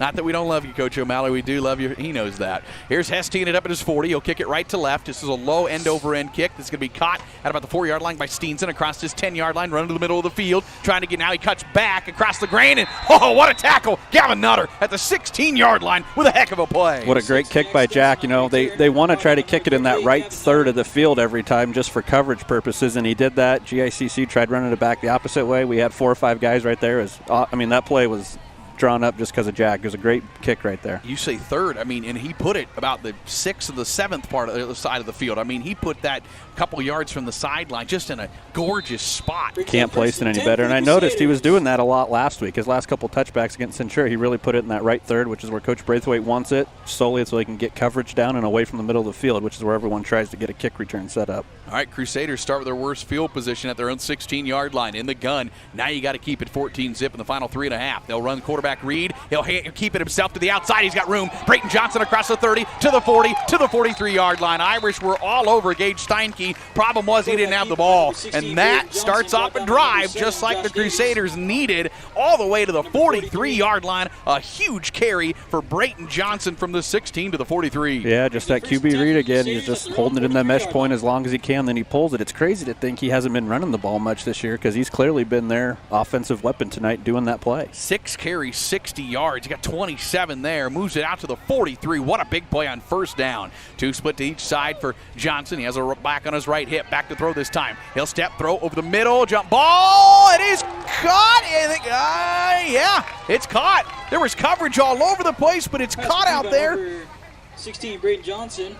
To number 44. That's Marcus Lowry, who comes up a little ginger, but he takes it. Oh, boy, just a jump ball. Irish had hands on it. Yeah, Jack Hess was there to make a play. Looked like it kind of slipped through his fingers or maybe got over, but just a great pitch and catch there by the Crusaders. That's, here we go. Here are the big plays we talked about, and they've got 2 of them and still a lot of time left on the clock. Irish got to buckle down here. Get a stand. 24-yard gain, first completion for Johnson. 1 for 5 to Marcus Lowry there, down to the 30-yard line of St. Pat's. So quickly, they're in business. In the gun, quarterback draw again. He'll give it this time to Steinke. That has not been there. Every time he's handed it off, it has been nothing doing. It's a loss of 2 on the play for Steinke. Second down and 12 from the 32. Yeah, Sam Scholes and Logan Dotson there, right there in the middle to get that mesh point. Quarterback gave it. They were right there to corral him. North Platte St. Pat's up 14-zip, 2:35 to play here in our second quarter. But this is where St. Pat's, I'm sure Coach Opkam's saying, guys, we have got to have a stand. You'd love to get this ball back in the second half. Up 2 scores. This is a big moment of this ball game. They'll move Lowry to the right side. He's a little ginger from that last catch. He's on the inside of the trips, right in the middle, actually. They'll look left, pump fake. Johnson stepping up and throw. He's sacked in the backfield. Irish got to him. He got around Justin Stroll with a pump fake, but then coming in to get him was for St. Pat's. I haven't caught the number yet. Is it Logan Dotson? It's 50. I think it is Logan. The way he's running, I can tell. That's going to lose 4 more. Irish going to take a timeout with 2:04 to go. They want the ball back. It's going to be 3rd down and long here for Grand Island Central Catholic out of the timeout. Yeah, Brayton Johnson, he pump faked there to the near side and the weak side, and had Logan not brought him down, it looked like he had a little bit of daylight to get around him there. So great play by Logan, get some pressure, and that's what the defense needed right there. 2 big plays back-to-back to counter to their 2 plays. Second sack of the season for Logan Dotson, a freshman who's balling out right now on the defensive side with 2:04 to play here in the second quarter. Our coverage brought to you in part by the Cedar Room, the most unparalleled restaurant experience you'll find with its unique atmosphere of modern meets rustic. You'll feel cozy yet elegant, all while enjoying their delicious American fusion cuisine. Find the Cedar Room downtown North Platte or visit thecedarroomne.com. I'm a little surprised Coach called timeout there. It's going to be a long field no matter where you get the ball. Not questioning you, Coach, if you're watching this back later, but, you're giving Grand Island Central Catholic an opportunity to think about 3rd down, and, really, if they get anything, it's probably 4-down situation. It might already be, as they're just outside of the 30, or just inside of the 35. Yeah, I think we know where it's going. It's probably going to Herbeck or Lowry. Got Herbeck out here on the wide side. Well, they're going to have a Crusader timeout before we do that. So let's step aside, get some commercials in while we have a time. 2:04 to play, second quarter. This timeout brought to you by Mid-Plains Community College. Back after this. Few could have predicted the COVID-19 pandemic of 2020 or the hardships it has caused Nebraskans. But through all the uncertainty Nebraskans have already experienced and all the uncertainty yet to come, Pathology Services PC stands by you and offers affordable, easy, accessible, convenient laboratory tests, including testing for COVID-19 antibodies. Pathology Services PC has 2 convenient North Platte locations to serve you, North Platte Health Pavilion and Westfield Shopping Center, North Platte. Like the Irish athletes, life can come at you fast and hit you hard. If you find yourself in need of a lawyer, call me, Marty Trushinsky, at 534-4837. And go Irish! All right, a monster play out of the Crusader timeout. Now back-to-back timeouts, one for each team. 5th play of the drive from their own 34-yard line, working from the Irish 34. It'll be Brayton Johnson, 3rd down and 5. Snap back, looking, throws over the middle. It is incomplete, intended for Herbeck. The only guy that had a chance on it was Connor Hazenauer. It falls short of him, and Johnson now does it. They tried that again. Slant route to Herbeck. It's not been there either time. It's been there, just hadn't completed the pass. Yeah, now it's decision time. I think that was just the down and distance play. They wanted to get something, a little quick slant, try and make it 4th and more manageable. But, bad throw, and Connor was right there on the coverage. And it stops the clock with 1:58. Irish have one timeout. Remember, they called timeout to try to stop the clock to maybe get the ball back. Boy, you'd be getting it decent field position if you don't get anything here. They're going from the Irish 34. 4th down and 15 yards. The snap back. Johnson looking, throwing, end zone, intended for Herbeck. It is incomplete. There was goal. They got a flag. Irish did not turn around. Boy, there wasn't much contact, though. Will Mote's going to get flagged. Yeah, they both kind of went up for it. Herbeck kind of reached behind him, but he didn't really stop to come back for it. They both jumped up at the same time, and that's a tough one. That's a smart play by Herbeck, though. Yeah, and good play by Will. I mean, you can't really get mad at him for that. That was a good coverage. He was right there step for step. Yeah, when they haven't even signaled it off yet. Well, now they do. That's going to be a 1st down, and what a heartbreak there with 1:52 to play. Irish. That was really tough. The only thing you'll say for Will is you've got to turn around, but he was in a position where he couldn't at that moment. It did not actually get the 1st down. It was 4th and 16, so it's 4th and a half a yard from, I want to say about, I believe we're about 15? No, closer? I'm not sure. We're going to have a timeout, though, taken by the Crusaders. This will be their final one, so it's still 4th down. And if they want to use, they're going to have to, they're still, I believe, around the 20 or so. They're going to have, they're not going to be timeouts with 1:52. You got to think this is a run situation here. But, boy, what a tough play for the Irish. Their 3rd penalty, and it sets up what is a very manageable 4th down and short. Yeah, and you got to think it's probably going to go back to the zone read. It's probably, they've run that all game. They ran the one sweep play to the right, which wasn't successful. So it's probably going to be in 16's hands, and more than likely he's probably going to keep it. So, with 1:52 to go in the second quarter, 14-zip St. Pat's with the lead. Irish defense, as you see, is huddled right now in ground coach Optenkamp to try to decide what to do here. And out breaks Coach Tim Dvorik's squad to bring out a 4th down and a half a yard. Again, it's hard to tell where it's at, but I want to say it's close to the 20, maybe just inside the 20, as it brings down 4th down. Huge play. If you're the Irish, even if you go into the half without even trying to do anything with the ball, if you get it back, you're thrilled with a stop here. This is it right here. Here's a monster play of this game. And they're going to put Johnson under center like I thought they might. They'll run the hard count. Yeah, he's under center. Watch the quarterback sneak. Oh, they're going to give it to the dive back. There's a hit right away. I don't know. He didn't need much. Signal not. Irish really pumped up. I don't have a clue. I don't have a clue if they stopped it, but the Irish are really thrilled right now. And the back, he didn't get much. If he got it or not, it's a 1st down one way. Grand Island Central Catholic's player kind of starting to run off. So officials have not signaled either way yet. 1st down Irish. Bringing out a new ball. It's Irish ball. What a stop defensively. Yeah. That's your Swift out of center play of the game right now, at least initially. What a defensive stop for the green and gold. So that's a great play. And, boy, they didn't have to measure that. That was clearly no gain. Yeah, It was hard to tell. Jackson Roberts was back there. Brecken Erickson was back there. Great job just penetrating the middle. And you're just trying to blow something up there and just trying to, wait till you get other guys around you. Great job by those two. Boy, what a play. Minute 47 to go, Gar. Now at the 21-yard line. And, boy, if you don't even if you don't get anything out of this drive, you were thrilled with that stop. That's huge. Right, and I'm sure we'll see that with Coach Dotson's play calling. Let's probably a little conservative, protect the ball. They don't have any timeouts. Let's just get to half. We get the ball to start the second half.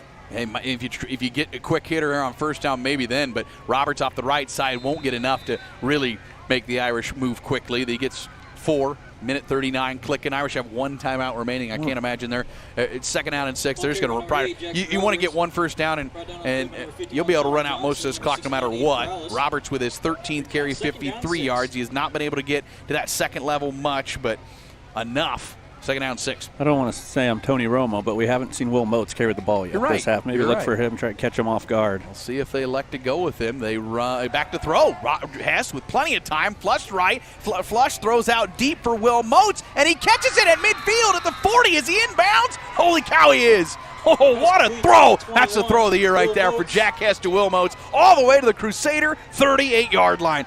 Wow. 4th completion of the season, and what a big one it is. Yeah, great throw by Jack. And, Will made a great play on the sideline. It's, it's really hard when you're running there not to run out of bounds and worried about where your feet are. He did a great job corralling it in, and we got a chance now. Let's see if we can't try and punch one in at least. And Jack's got a good leg, try and get to maybe some field goal range. It's a 37-yard completion, 4th catch for Will Motes of the year. All completions, and now the minute 5, you're right, down to the 38-yard line. Back to the power eye, handoff left side on a counter. Roberts over 1/3 to 30. 2, and he's brought down after the gain of 6. Clock ticking, 58 seconds. Irish have 1 timeout remaining. They don't use it right here. Second down and 5. They'll have to work pretty quickly here. Yeah, great counter play there by Jackson Roberts. We faked right. He came back left and just kind of getting a little lackadaisical here. We need to break the huddle and get going. Let's go. This is the second down and 5. So you weren't Romo perfect, but that was a pretty good. You weren't far off. Second and 5 from the 33. Back to throw. Hess rolling right. Throws out to the flat. It is caught by Will Motes. He's got a first down. Trying to get to the sideline. He will get ushered out. He's got a first down carry to the 25. Clock will stop down to the 19-yard line. Yeah, initially Will caught that pass, and then he was going to go out, kind of juked the guy, went upfield, but did a good job getting out of bounds, which is the main thing. Get out of bounds, get the clock stopped. They mark it at the 21. It's a 12-yard gain. I love that call. Nice and safe to Will, and it's a first down to the 21. Clock stops, 26 seconds to go. How about this 2-minute drive by the Irish? Yeah, and it's something they don't, obviously they don't do it a whole lot. They'd like to just kind of run the game and play game management, but yeah, they're doing well. Jack can show he can throw the ball. 21-yard line, 26 seconds to go. I formation, sweep right. They're going to run a reverse to Will Motes to the near side. Will trying to get to the outside. Will to the 20. Will get to inside the 20. He'll get down. He'll get out of bounds. That's a good run by Will with 15 seconds. And a late flag's going to give him a first down too. A late flag on a tackle, and St. Pat's is going to get, I think, 5 yards on the carry down to the 14, but there's a late flag. This is certainly going to be, I think, on the tackle for the Crusaders, and it's going to move the Irish first and goal. Yeah, I kind of had some extracurricular activities going on the tackle out of bounds, and, Will did a good job. There was 3 guys on him, kind of tackled him late, kind of shoved him back down. We're talking to him. He did a good job. He just got up and ran back to the huddle, and that's what you want to do.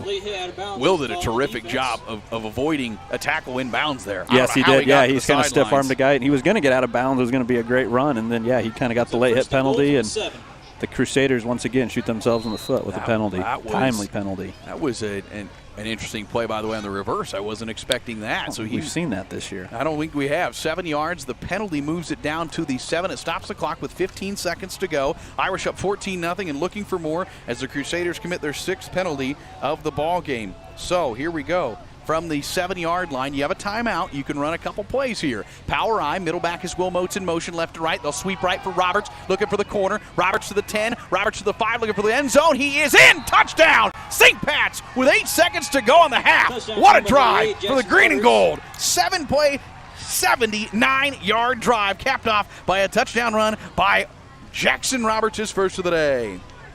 That's a Swift Auto Center Play of the Game nominee. That's a drive right there. Yeah, that was awesome. Gentlemen. And, just a little sweet play right there, but to the far side. And anytime you get a foot race with Jackson Roberts to the end zone, you like your chances as an Irish fan. Not many people are going to catch him. Yeah, he was just looking for that corner pylon, and from my vantage point, I didn't think he had a prayer of getting it, and then I realized, oh yeah, he's going to get it. He can close a little faster than we can. You're right. Flag comes in before the extra point. Boy, this has been a penalty-ridden game, and this one might be on.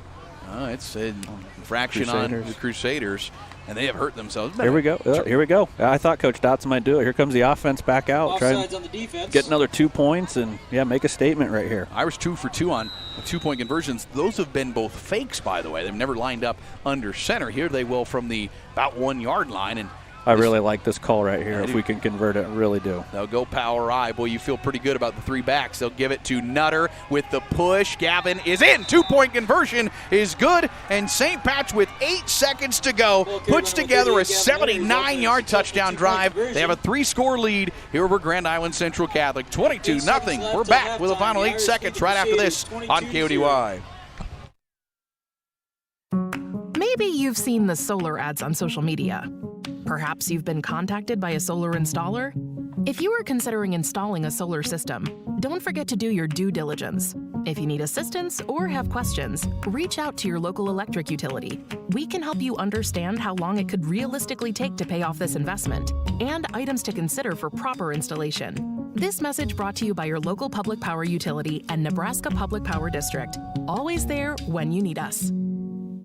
At Sandhill State Bank, we know the communities and values of the Sandhillers. That's why we've built our mortgage solutions with you in mind. Our experienced mortgage officers are ready to help make this process simple and easy, as it should be. At Sandhill State Bank, we make buying a home easy with our flexible mortgage options, dedicated team, competitive rates, and our easy application process. Visit sandhillstate.com for your complete guide to get you started in your home loan application. Sandhill State Bank. This is our home. This is your bank. Welcome back on Husker Radio's KODY 1240 AM 1061 FM. We are 8 seconds to halftime, and boy, Sean, that is a drive that we didn't see coming. Yeah, that was awesome. We get the ball to start here. Let's just get the kickoff in bounds, get it covered, and let's get to half with some momentum here. Yeah, this is where you don't want to give up anything. Steinke and Steeson back. We'll see if Jack pooches it. He does. Squibbed up to the 25, running near side to the 30 is Ben Alberts. He's brought down. Flag comes in. Yeah, 2 flags come in. Yeah, they blocked Brecken in the back there. He was going to make a play, just caught him on the wrong side of the shoulder pad, and then another penalty by the Crusaders. You see some frustration right now for the Crusaders with 4 seconds to go, and it's showing on the laundry. That's the 8th penalty of the half on the Crusaders, and none of them have helped, and it's going to be ball. A return to Alberts did to the 28 with 3.6 seconds to go. They're going to mark this one back, and I got to think Crusaders not going to get too aggressive on this play. Pass game, that being said, Crusaders know how to throw it deep on the Irish. They've done it for 3 straight years. So if you're Irish, you cannot let anything deep. Yeah. Don't get complacent. Nothing behind. Yeah, I'm sure they'll try and do something. Maybe a hook and ladder or something. Pitch across the middle of the field. Something try and catch us off guard. It was a 15-yarder. I'm not sure what he called, but it was not a block in the back. They called something a little more. So I'm not sure if it was a chop. I didn't see what the official call was. I just assumed. All right, they're going 4-4 wide. 3.6 seconds to go here in the second quarter. Last play of the first half. Back to throw, out to the flat, caught by Herbeck. They'll run a little flea flicker, hands it off to Lowry. He gets ushered out the 26-yard line. It'll be a gain, and Josh Davies ushers him out. We're actually out to the 20-yard line, and that will end the first half of play. And what a first half it was for North Platte St. Pat's. They lead Grand Island Central Catholic 22-0 here at the halftime break. Well, it's 8:01 Central Time. You're listening to KODY North Platte with translator K291BW North Platte and 106.1 FM. Next time you're hungry, head to Dave's Place in North Platte for the best homemade pizza and wings. Dine in, carry out, and online ordering available. It is Dave's Place in North Platte. A timeout, our halftime presented by the North Platte Catholic Schools Endowment coming up. When we return, we'll have an Irish intermission coming up with Katie Wren from North Platte St. Pat's, a senior. Then we'll come back and get you halftime numbers. 22-0, St. Pat's over Grand Island Central Catholic on KODY. Seniors, co-captain. Team Perlinger and Jett of Great Plains Realty in North Platte reminds everyone there's still lots of sunshine left in the home buying season. So come visit us at 511 South Dewey Street and see how easy and fun home buying can be.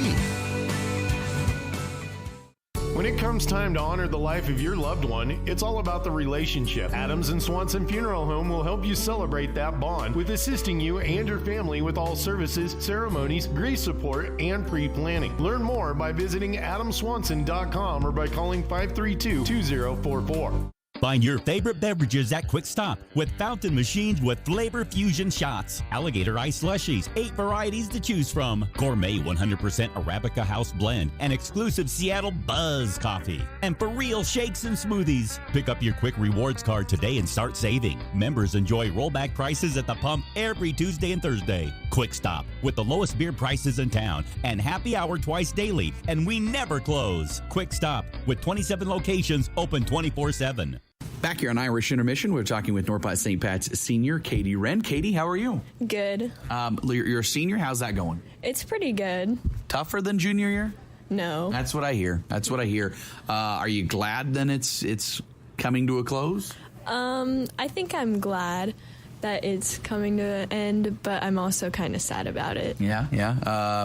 What's your favorite part about senior year? I mean, what do you love about senior year? I like having an honor pass and getting to leave. What do you? Okay, so let's talk about that. What do you guys do then? I mean, is it for like an hour? Is it for like the rest of the day? Well, it just depends on what classes you take, and if you have study halls, then you can leave. But you just have to make sure you're there for all your classes. Do you go home and just relax then? Yep. Pretty much, yeah. All right. A little Netflix and chill for an hour, huh? Yeah. Hey, can't beat that. Katie Wren, senior here at North Platte St. Pat's, talking with us. Tell us some of the activities you're involved in, any of the clubs or anything. I'm in cheer, and I'm in student council and NHS. Okay, what about cheer? What do you like about cheer? I love cheer. I love getting to know all the younger kids, and just I love going to all the games and having fun. That's pretty busy, because your guys' thing is you go to every game, right? Yeah. I think that's pretty rare. I don't think a lot of cheer teams do that, do they? No, I don't think most teams do. So you like that, though? I do, yeah. Keeps you pretty busy, though. Yeah, it does. Katie Wren here with us, a senior at North Platte St. Pat's. And cheer competition's not until after the new year, right? Yep, it's in February. And last year you guys did pretty well. Yep, we won both of our divisions. So, like, now returning champs, the spotlight's on you. As you walk in, there's St. Pat's, the returning champs. I'm sure that's what the others are saying, right? Yeah, for sure. Do you like that? Target on the back now? Well, I'm pretty excited for it. I think we'll do good again this year, so. Awesome. You're in part of student council, and they help out with homecoming, which is coming up next week. What are you guys doing for that? Yeah, so that's going to be fun. We're going to have Pajama Day and Senior Citizen Day and Color Day and some others. That's all right. Do you guys have a theme for homecoming? The homecoming itself is done by the sophomore class, so I have no idea what it is. Okay, all right. Yeah. But dance after the football game, I assume? Yep. All right. Homecoming next week, student. So you're a senior. You're going to be graduating here in, I don't know, 6, 7, 8 months. What are the plans once you graduate? I'm going to go to college. I'm not for sure where yet or what for. I think probably business, but that's probably going to end up changing. Who knows? What's the lifelong dream? I have no idea. You have no idea. That's all right. You got time to figure that out yet. Well, best of luck the rest of your senior year. Good luck with homecoming next week, and good luck at cheer. I'm sure we'll be talking with some of the other cheerleaders later in the year, but that'll be here before we know it, right? Yeah. Have you already started on your routine for that, or is it something you guys work on throughout the year? No, not yet. We're focusing on the homecoming routine right now, but we'll start pretty soon after that. All right. Well, best of luck with it, and best of luck with your senior year, Katie. Thank you. Katie Wren, Irish Intermission continues. We'll have halftime continue after this on Husker Radio. North Platte welcomes Hilton True Wide's newest brand, True Hotel. You'll be greeted by their spacious lobby and friendly staff. Play a game of pool or relax on the patio by the fire pit with your favorite beverage from the well-stocked pantry, including wine and beer. Enjoy a state-of-the-art 55-inch television in your room and complimentary hot breakfast buffet. Earn and redeem Hilton's Honor Points. Book your True Guaranteed Best Rate at Hilton.com. The True by Hilton at exit 179 just off I-80 North Platte. Do you want to support North Platte Catholic Schools? One great way is to support the Bargain Bin, a thrift store located at 421 East 3rd Street in North Platte. The Bargain Bin is open Fridays and Saturdays from 10 to 3 and sells everything from household items, crafts, clothing of all sizes, including children's, bedding, holiday decorations, antiques, and furniture. The Bargain Bin is completely volunteer ran, and all proceeds benefit the North Platte Catholic Schools. Shop the Bargain Bin to support the Irish. Open Fridays and Saturdays from 10 to 3. Go Irish. Ollie, you need to clean up your fishing and hunting gear. It's everywhere. I'm out of room. I don't have anywhere to put it. Get some storage at Another Storage. They have sizes for everything. I already have some there. Well, get another. Another Storage, 532-1332. Imagine internet Wi-Fi that works, no matter how many people are connected or where you are in your home. Now, you don't have to imagine. The Allo Blast is here. With the latest Wi-Fi 6 technology, the Allo Blast makes your internet Wi-Fi go further, faster, and more reliable. Give your Wi-Fi a blast. Visit allofiber.com/blast to switch today. Welcome back on Husker Radio's KODY 1240 AM 106.1 FM. We are at the halftime here at Grand Island Central Catholic. Our score, North Platte St. Pat's 22-0 here over Grand Island Central Catholic. Certainly a surprise for me. I mean, I thought this was going to go down to the wire, and there were times when I thought it is. And then Irish get a defensive stand. The biggest plays of that first half, a defensive stand on 4th down, and then they go 2-minute drill, march down the field, and score to make it a 3-score game. That was the flip in the game right there. This game started out with St. Pat's getting a 3-and-out. Could not have started out better for the Irish. They get a 3-and-out defensively, get a great punt return, take over at the 33 of Crusader territory, go 5 plays, and Jack Hess caps it off with a 1-yard touchdown run to make it 7-0. That got things going for the Irish. Then we had 3-and-out, couple first downs for GICC, 3-and-out before the Irish put together a 10-play, 63-yard drive. Gavin Nutter capped it off with a 1-yard touchdown run to make it 14-0. And then, as I mentioned, just right before half there, it was a 6-play drive for GICC. They had a couple big plays, a run and a pass, and that got them into good territory. A 4th down at the 21-yard line of St. Pat's stalls out a heck of a defensive stop by the Irish defense. And that ultimately was the biggest play that I thought in this ball game, that they were able to get a stop on 4th down. And then it's like they had 1 timeout remaining, and I was kind of questioning St. Pat's there in that first half.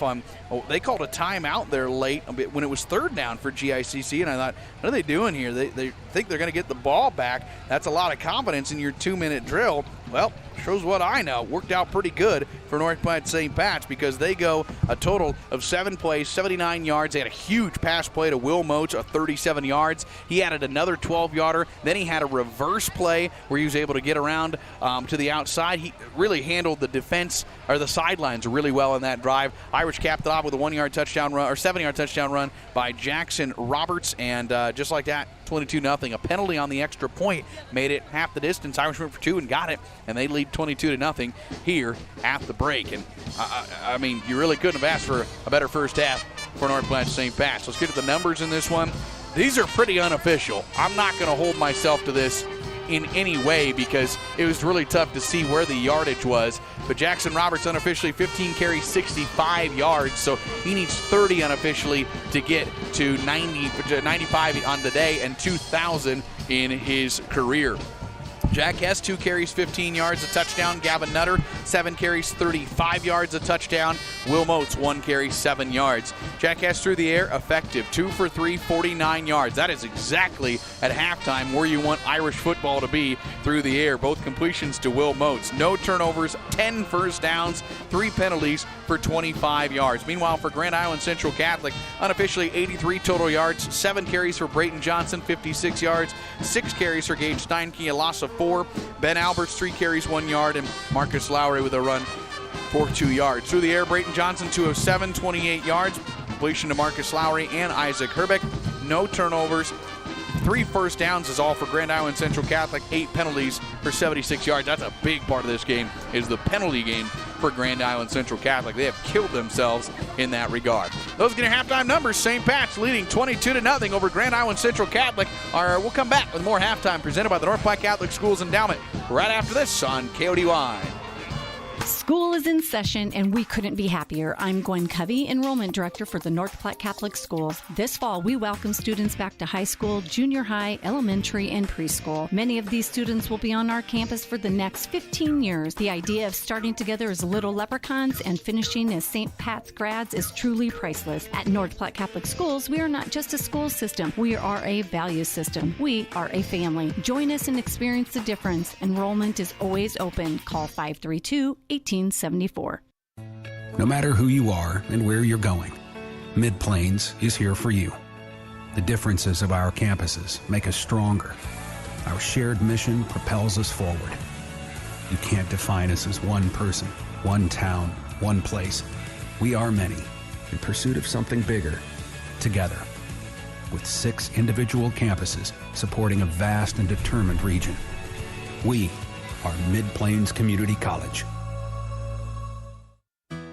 Putting your family first. Are you looking for the right dentist for you and your family? Phelps Family Dentistry has you covered. Dr. Lene Phelps and Dr. Kelly Hansen will make sure your family has the healthiest smile. Whether it's dental cleanings, fillings, same-day crowns, or total smile makeovers. Call our office at 534-4040 or visit us at phelpsdds.com to schedule your family's next dental appointment. And go Irish! Putting your family first.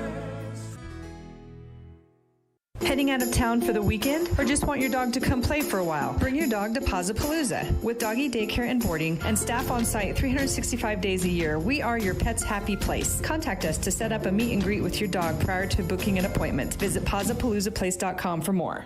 Parking your RV, boat, jet ski, or camper? Park it at MDN LLC Storage. Conveniently located at North Lake Road, MDN LLC Storage is safe and secure with gated pin-pad entry and security cameras monitoring 24/7. Call Faith at 532-1332 or Mike at 227-2602 to get your spot.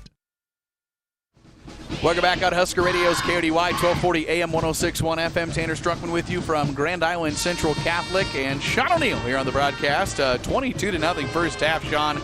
I mean, Irish didn't run incredibly effectively. That being said, they do have 124 yards on the ground, and that's not bad at half. Had some struggles in that, but put together 3 good drives, including a 2-minute drill, a huge couple plays, 4th down stop, and then the big drive. Yeah, I think Coach Dotson and the rest of the staff's got to be pretty happy with how that last drive ended, how the half ended. We went for 2, got that. Couple things stuck out to me. No penalties, really, and no timely penalties and no turnovers. So keeping the ball secure, and that's how you win ball games and maintain a lead. Yeah, and Jack has through the air, couple big passes there on that last drive. Roberts is getting his. He's still got 65 yards. Jack's carried it a couple times effectively. Gavin Nutter's been just fine right up the middle. I mean, you're on pace if you're St. Pat's. You're in the right track, and most importantly, they've moved the ball up pretty effectively at times. They've cashed in. They've been it when they've gotten into the red zone. They've scored. The only drives they didn't score on were 2 3-and-outs. So the drives that they moved the ball, they did what they had to do and scored. Yep, and we get the ball here to start the second half, so really important. Not necessarily maybe to score, but just get a good drive together, run some clock. Let's just play field position this second half and just do the little things that we do right. Take care of the ball, no timely penalties, and just play Irish football. I was going to say, getting the ball first right away here in the second half, and this is important here. Here is a huge drive. You feel like up 3 scores. If you can put together a drive and do some damage, you might break a back or two. So this is a huge drive. And if you're Grand Island Central Catholic, you're thinking, get a stop, get the ball back, and let's go to work offensively. Yeah, for them, I think obviously probably the thing their coaches talked to them about was just penalties. I mean, they had some success running the ball, especially the quarterback there, Brayton Johnson, on the QB zone read. I mean, he really hurt us for some big plays, and a couple of them could have been even longer, but some penalties brought it back. So I'm sure they'll try and figure that out, and we just can't roll over and just lay an egg. We need to come out and just take their best shot and match it. Any score updates from across football?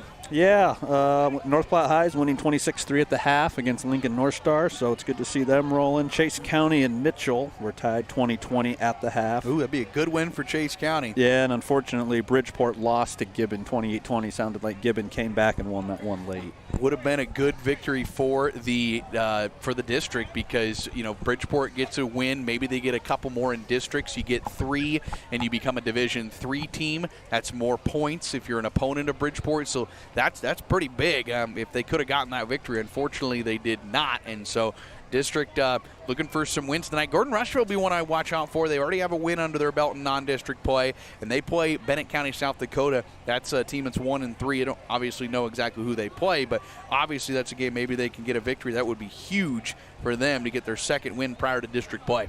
Tanner, something to watch out for the second half since, they only play a football game here once a year. All the lights are brought in on generators. It looks like they have 6 sets of lights out here, but it's still pretty dark out there. In the end zones, it's certainly dark. And I think that's going to benefit the Irish. GICC likes to pass the ball. They're down 3 scores. They're going to need to throw the ball but it's definitely not like Knights of Columbus Field lit up. It's hard to see out there in some spots, so it's just something to look out for in the second half. That's a good point.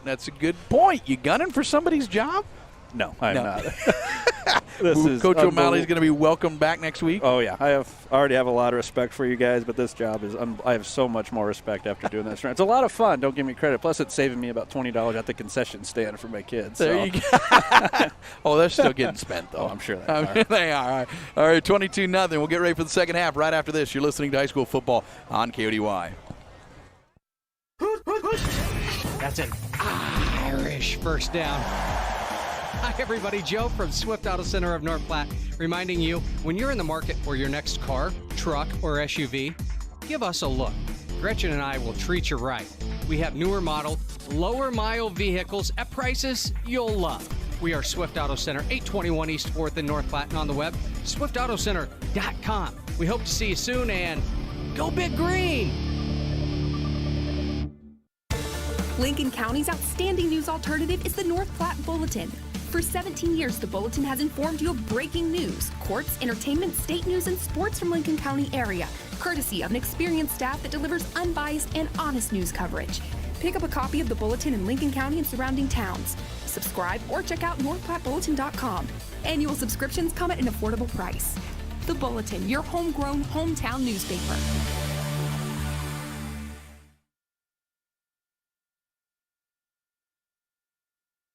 Welcome back on Husker Radio's KODY, 1240 AM, 106.1 FM, and also on Husker Radio YouTube page. Tanner Struckman, Sean O'Neill, get ready for the start of the second half here as the Irish do receive the ball. You mentioned that.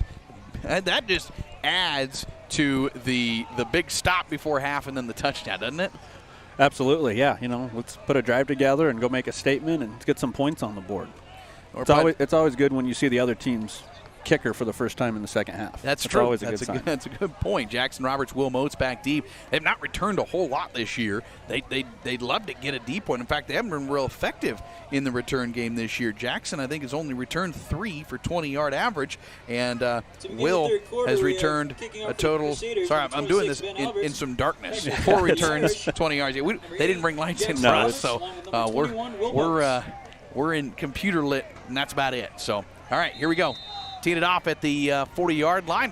Crusaders kick it right to left into radio dial. It'll be a short end over end kick. Catchable, running up is Will Motes. He'll catch it as 21 on the run. Across the 30. Will right up to the 35 to the 40. Will to the second level to the 45. Will across midfield. And he's to the... where are they going to... not quite to midfield. He's at 45-yard lines where they bring him down.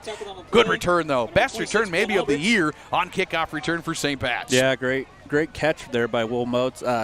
Kind of a short kick. He ran up to it really hard. Sometimes you always fear it might hit off the shoulder pad or the helmet and ricochet, but did a great job catching it, finding the hole, and getting some positive yards. That's the biggest part of that part of the return, is catching it on the run, not letting it bounce, catching it cleanly, and being able to just explode because he's quick, and if he gets a hole, he's a guy who's gone. He's got a couple kickoff returns in his career. Moves out to the 45. Here come the Irish offense, working left to right on your radio dial. Starting up the second half. Under center is Jack Coates. Will Motes with a wingback counter. He's on the left side across midfield. Will's going to be tackled. Good secondary tackle. Boy, that was a crashing safety coming up to make the hit. terrific tackle out there in space. It's a good gain, but it's not 94 like it was against Hastings St. Cecilia. It's 5. Yeah, Tanner and I kind of bumped each other there. We might have thought he might have been gone to pay dirt, but great fill there by the GICC safety. But, positive yard on the first play of the second half. What you want to see? Second down and 5. I think Irish going for the jugular there. They move it to midfield. It's a good gain. It's not quite what Will's been averaging this year on the ground, but you'll take it. Under center, back to work, and we'd love to see a grinded out drive anyways. Middle back in motion, left to right on your radio dial. It's Roberts, ball's on the ground, and GICC there to recover it. Never got it cleanly to Roberts, and it's going to be a turnover. First one of the ball game for St. Pat's or for either team. And boy, if you're Grand Island Central Catholic, a minute into the third quarter, it is exactly what you had to have. Yeah, the handoff there just didn't quite get into the mesh point. It looked like it was kind of on both players there, but, brought some life. We're over here on the GICC sideline, and it was kind of quiet most of the second quarter, halftime, and kind of brought some life into them. So Irish need to get a stand here. 7th fumble of the season for St. Pat's. Crusaders take over at the Irish 48-yard line, and now you're the Irish defense. You got to buckle down and get a stop here. In the gun is Brayton Johnson, starting at the Irish 48. Back to throw. Throws it out into the far flat. It's caught right there to make the tackle. Good job by the Irish. They get an initial hit, and then the teammates flow to him, and it's a short gain of a yard. That's a terrific play defensively by St. Pat's. A quick step route out there to Herbeck, who gets his second grab, but it gets maybe a half a yard. Yeah, great play by the Irish there. Just a little kind of quick hitch catch right there. Just throw it to him. He tried to make him move, and we swarmed him, and great play. Herbeck has had just an amazing career against St. Pat's. In 3 games, 8 catches, 270 yards, 4 touchdowns, 1 in each game. He also has 2 game-winning touchdowns. He gets 1 yard. They've corralled him 2 catches for 5 yards so far. 2nd and 9 from the Irish 47, 10-24 third quarter. Irish up 22-0, but a fumble lost on the second play of the second quarter. 2nd and 8, snap back. Johnson keeps it himself, rolls left side to the outside. Boy, almost got a hold this time, and he'll fall down at the 43 right in front of Connor Hazenauer. Maybe slipped down there, did Johnson, and he's going to get positive gain about 4, 3rd down and 5 coming up. Good flush out there by Connor. Nice play call there by GICC. Kind of faked the zone read, then spun back around to the other side, kind of like our ISO boot that we run with our quarterback. And, yeah, it did look like he kind of tripped, and 3rd and 5 for the defense, so we'll take it. At the 43-yard line, 9:48 third quarter, Irish 22, GICC 0, but they're trying to take advantage of a fumble. 2 split to the far side, 1 to the near side. 2 backs, right by Johnson. Pressure coming. Throws near sideline for Lowry. Caught at the 30-yard line. He'll move the chains. It'll be a gain of 13. They'll mark him officially down at the 31 after the tackle, but a nice comeback route for Lowry, who catches it. 12-yard gain and moving the chains are the Crusaders. That's a nice, safe play for them. Yeah, that play was right in front of us, Tanner, and that was a really good timing pattern right there. Jack actually had it covered pretty good, and Brayton Johnson pretty much threw that ball right before the receiver came out of his break, and the ball was right there. Good play by them. All right, 1st down and 10, down to the Irish 31-yard line, 9:19 third quarter. Irish up 22 zip, but GICC on the move. Trips right to the far side. They'll run a zone read. Keeper. No, it's Alberts off the right side. They took down the quarterback. Alberts will dive to the 30 and get stopped there. It's a gain of 1. They really covered up Johnson, but Alberts physical gets 2. Yeah, how good is Brayden Johnson at that QB zone read? He keeps that ball in the mesh point so long, and that's what a defense has to do. You just have to trust your assignment. You can't look in the backfield, and you just have to do what your coaches have told you to do all week and not get caught looking in the backfield. So 2nd and 8, 8:48 third quarter, down to the Irish 29-yard line after the gain of 2 for Ben Alberts, who's a physical back. He really laid the hammer down, but the Irish held him up. 2 assists to each side for St. Pat's defense. Coach is calling for something here. Quarterback zone read. They give it to the back, right up the middle. Big carry, might go for end zone. No. Good tackle in the secondary, but Ben Alberts is inside the 15, down to the 14-yard line. Yeah, they're going to get Justin Stroll with the penalty here. It was a zone read, and he gave it, and Justin hit the quarterback. I think it's just a fault of Justin being so strong and physical is why he got that penalty. So it's a 14-yard gain for Alberts. It'll be a 1st down, and then the personal foul is going to make it 1st and goal. That is going to be the 3rd penalty on St. Pat's, 4th penalty actually of the game, and it's going to be a half the distance, so they should move this to about the 7-yard line. And GICC, boy, they're getting some life here thanks to the Irish. A fumble lost is really what this goes back to, and now offensively having their best drive as they got 1st and goal at the 7-yard line. Yep, untimely mistakes for the Irish for sure to start the second half. 6th play of the drive, 2 split to the right side, actually trips Looks right. Snap back. This time a fake handoff and a sack. No, he gets through that. Now he gets back to the 9-yard line, and he is sacked. Jackson Roberts, Josh Davies finished him 7 and 8 there. There's a flag in the backfield as well. And boy, this is a hold. Irish got a decision because they lost 2. It's a face mask on the Irish on somebody who didn't bring him down. I'll tell you that, because it came before he was even tackled. I think Brecken Erickson was the first one through that line. Didn't look like he grabbed his face mask by any means, but. So it's going to be half the distance from the 10 to the 5-yard line. So it basically goes as a 5-yard penalty. But more importantly, it's 1st and goal now at the 5-yard line. It's really unfortunate. We had that play covered fairly well, too. It would have been 2nd and goal at the 10. Instead, 1st and goal at the 5. 2 split to the right. Brayton Johnson in the gun. Snap back. He'll run it himself up the middle. Lowers his shoulder, nearing the end zone. No call. He is shy. It'll be 2nd and goal from the 1. Got 4. He's not far, though. GICC trying to crack the scoreboard for the first time after the Irish fumble. They've marked it down to the 1-yard line. Yeah, that was just kind of a QB ISO the whole way. I mean, he did fake the handoff, but he was going right behind that lead blocker, and I think Brayton Johnson's going to try and finish this drive off himself. Wouldn't be surprised if he does. 2nd and goal from about the 1.5-yard line. He is in the shotgun. He's got under center one time in this game. This time he does not.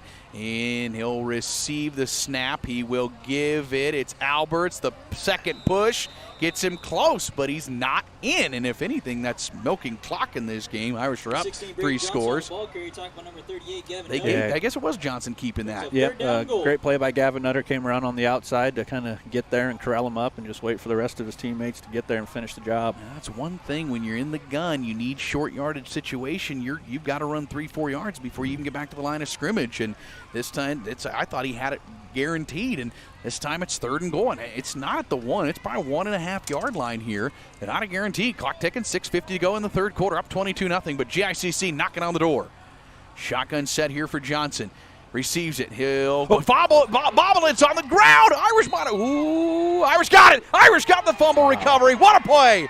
Oh, what a timely fumble recovery by St. Pat's. That one squirted away, I think, from the entire pile, and it was a late Irish player coming on from the far side to recover it. I have no idea who grabbed it, but the Irish have got the fumble recovery. And like you said earlier, they've only went under center one time, Tanner, and that one time we stopped them. So, that was definitely in the back of their mind, not going under center there short that close to the end zone, and it paid off for us. There's some miscommunication. Looked like the snap might have been a little low. He couldn't quite handle it on the mesh point there, and Irish take over. Boy, what a break for St. Pat's. They take over at their own 3-yard line, but it is a stop after a 8-play drive stalls out. Now you got to get out of your own end zone. They'll run a dive. It's Gavin Nutter. Good first down carry. Gavin moving to the 2nd level. He's across the 15. First down run, and, well, that gets you out of your own end zone right there. Can't draw up a better play right there. Back to the fullback dive, and Gavin's had a great night running that play. Line's done a great job moving the pile forward. Well, North Platte St. Pat's moves it out to the 15. That's a gain of 12 for Gavin Nutter. He's got 47 yards on the ground. What a good follow-up to his a week ago where he rushed the ball really hard for 85 yards, and he's done a terrific job here today for North Platte St. Pat's. 1st and 10 out to their own 15-yard line. And boy, what a stop. Can't say enough about that defensive stop. 1st and 10 from the 15. I formation. ISO right side Nutter. Big hole 25. He gets an ankle, gets out of that ankle tackle to the 2nd level across the 30. It's a 15-yard gain. First down and carry for Jackson Roberts, who is nearing 80 yards on the ground. Great run by Jackson. The thing about Jackson, with how fast he is, he almost seeks out contact, too. He's got no problem cutting it back up and just trying to give somebody a stiff arm, put him on the ground, which you love to see. 2 plays from the 3 to the 30, and right the way you want to do it, just right up the middle. 5:50 to play in the 3rd quarter after the fumble lost in the 2nd play of the 2nd half. GICC looks like they're going to cash in and get right back in this game. They fumble it at the 3, and the Irish have moved it out to the 30 now. Back to the power eye set behind Hess on 1st down and 10. This time sweep left for Roberts from the 30-yard line. Cuts back inside. Jackson across the 30. Oh, actually, he gets pushed at the 30 and backwards. It's no gain. 2nd down and 10. Nice play. GICC's linebackers, they move well laterally. We're having some trouble getting to that 2nd level on these sweeps and pitches to the outside. You don't see Jackson get driven back too many times, but they had 4 or 5 blue hats on the ball right there. Actually lost a half a yard. Hey, our coverage brought to you today by Viera Wireless. Big thank you to them for providing internet for our radio and video stream this evening. Check out Viera Wireless for your cellular and home internet needs. 2 locations in North Platte, on South Cottonwood and in the Platte River Mall. And if you saw the location where we're streaming from, you'd be pretty thrilled with what we're getting here today. 2nd down and 10. Eye for a Viera keeper, this time for Jack Hess. He'll turn the legs and get 2. It's a physical 2. It's going to set up 3rd and 8. Good run by Jack. You know, it's getting physical out there. There's a lot of hard hitting going on. It's getting chippy out there, you can tell. There's some frustrations, I think, being let out. And, yeah, it's just a good old-fashioned football game right now. Big 3rd down. We'll call it 7.5. 4. If anything, from that fumble loss to now, we've really it's about 7.5 minutes of clock. Yeah, clock's running, and that's the good thing about Irish football. Get out to a lead and just keep that clock running. It's your best friend right now. This would be a huge 1st down. Would click it down close to a couple minutes left to go in the 3rd quarter. If you can pick up a 1st down here. Power eye set, 3rd down and 8. It'll be a quarterback boot for Hess to the outside. Needs 1 block. Gets outside. He's got the 1st down. Jack Hess ushered out at about the 44-yard line, but that's a 1st down run of 12 yards for number 10. Great play call by Coach Kevin Dodson and company, and they move the chains on the quarterback boot. That's probably the best that's worked all year. It's 12 yards. Yeah, we love Coach loves running that boot on 3rd down situations to the wide side, catching them off guard. Great play. Sam Scholes is the center. Great play to snap it, and then you got to get out and pull, and it's not hard to do. And great job by him to get out and get Jack that lead block he needed to get the 1st down. You mean it is hard to do? What did I say? You said not hard. Oh, it's very hard to do. I couldn't do it. You just said, Sam, it's Great not play, hard Sam. to do. You did something really easy. From the 44-yard line, 1st and 10. Counter left side for Jackson Roberts. Took some time to get there. He tries to get to the outside. Somebody gets him with an ankle at the 45. A gain of 1. Clock at 3:53, clicking 3rd quarter.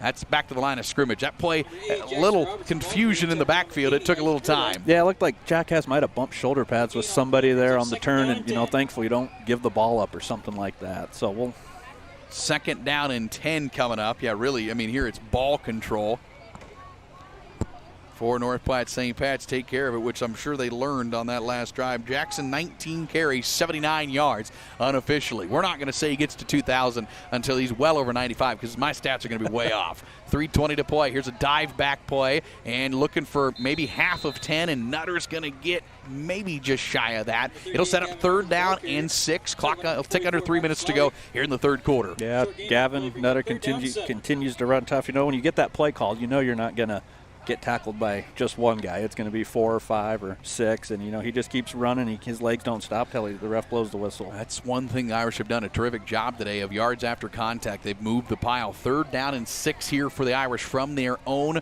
48-yard line. Working left to right in the radio dial. They have 3 first downs on this drive. It's been a long drive already. They'll run an ISO for Jackson Roberts. Hits the hole hard. Jackson to the 2nd level. Has got the 1st down. He's across midfield. Yep, just your old-fashioned outside ISO to the right. Jackson found the hole and just took a couple guys with him. Great 1st down, like you said, keeps the clock moving and should run this down to the end of the 3rd quarter. They move it to the 41. That was a huge gain for St. Pat's on 2nd straight 3rd down conversion. They've been flat out awful on 3rd down this year, and 2 for 2 on this drive on 3rd down and fairly long on both of them. Got a good gain of 12 there for Jackson Roberts. 1st and 10 from the Crusader 41-yard line. This time turns, gives it right side. It's Roberts again. He'll dive down to the 30, maybe 7-yard line. A good gain on 1st down. 2nd down coming up. It's 2:10 to go 3rd quarter. 22-0 St. Pat's. That was a gain of 5. Yeah, another good run by Jackson. A lot of his runs this year, he doesn't carry the ball a lot because he usually scores a lot and he breaks off lots of long runs, but GICC's ready for him, but Jackson's proven he's up for the task and he doesn't mind carrying the load tonight. We're going to say he's got 96 yards. I'm going to say he's got 2,000 in his career. What the heck? 2nd down and 5. Minute 48 to go here in our 3rd quarter. Roberts sweep right side. He'll get over 2,000 here as he picks up a couple more. Nice tackle again. Tell you what, last few teams St. Pat's played at level, 2nd level, has been really good at tackling. That time it was number 51 for Grand Island Central Catholic, Connor Johnson, who's had a good night. Gets 4, 3rd and 1. What more can you say about Jackson Roberts going over 2,000 yards? And I think he'd be the first to say, all credit goes to his line and everything. Those guys have been working hard all night and continue to push the pile forward. And just keep running that clock. Unofficially, his 11th straight 100-yard game as well, dating back to last year. 3rd down and 1. They will flag. Oh, this could be a huge one on St. Pat's. Penalty flag. 3rd and 1 looks pretty good. 3rd and 6, not quite as good. It's a lot of penalties. This is going to be encroachment on the D-line. No, offsides on St. Pat's. Lined up offsides. So, all right. See that that all very tonight. So that is a 6th penalty on the Irish for 42 yards. And another 3rd and 6. Clock at 1:06 to go here in the 3rd quarter. The good news is the clock is ticking. It's still 22-0, but it is 3rd down and 6 now from the Crusader, I want to say 37-yard line. Clock under a minute to go now in the 3rd quarter. So you got to pick up another 3rd down and over 5. This time under center, they give it dive back. It's Nutter. He'll need a big push. He won't get there, but he'll get 4, maybe 5. It'll be 4th and short. Now I got to think Irish going to say, go get this. Great run by Gavin again. Just that fullback dive right up the middle and continues to just push the pile forward. I think if he keeps his feet, he's able to get the push. But he got his feet taken out, and he kind of just had to dive forward, and he got 5. It'll be 4th down and 1. 29 seconds could be the last play of this drive if they pick it up at about the 33-yard line of Grand Island Central Catholic. This is a drive for St. Pat's. This is the 10th play. They're looking for their 4th first down. And this time a 4th down conversion they're trying to get. They've picked up a couple 3rd down conversions. I think Coach is going to tell Jack has to look at the back judge and see what the clock is. Might try and run this 3rd quarter out. And he will be able to. He's not taking it off now. 3 seconds, 2 seconds. That's going to end our 3rd quarter of play from Grand Island Central Catholic. St. Pat's 22, Grand Island Central Catholic 0, a 4th and 1. Coming up right after this on KODY. Few could have predicted the COVID-19 pandemic of 2020 or the hardships it has caused Nebraskans. But through all the uncertainty Nebraskans have already experienced and all the uncertainty yet to come, Pathology Services PC stands by you and offers affordable, easy, accessible, convenient laboratory tests, including testing for COVID-19 antibodies. Pathology Services PC has 2 convenient North Platte locations to serve you, North Platte Health Pavilion and Westfield Shopping Center, North Platte.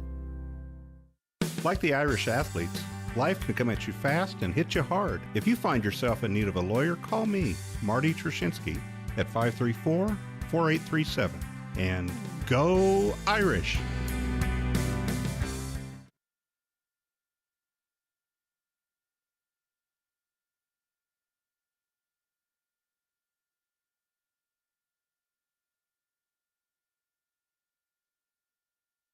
Back here on Husker Radio's KODY, 1240 AM, 106.1 FM. Our scoreboard today brought to you by Nebraska Public Power District. Always there when you need us. Learn more at nppd.com. A huge 4th down and 1. We're going to get a better vantage point on our live here. It's from the Irish 30, from the Grand Island Central Catholic 32-yard line. A 4th down and 2. St. Pat's trying to convert here on 4th down. They will turn. They'll pitch it left side. Jackson Roberts cuts inside. He's got the first. Inside the 30. Moving inside the 20. Helmet comes down. He's down to the 24. First down run. Great play by Jackson. Sweep to the left, and, GICC sniffed it out good. He cut it back up, made a guy miss, and got the first down. Great run.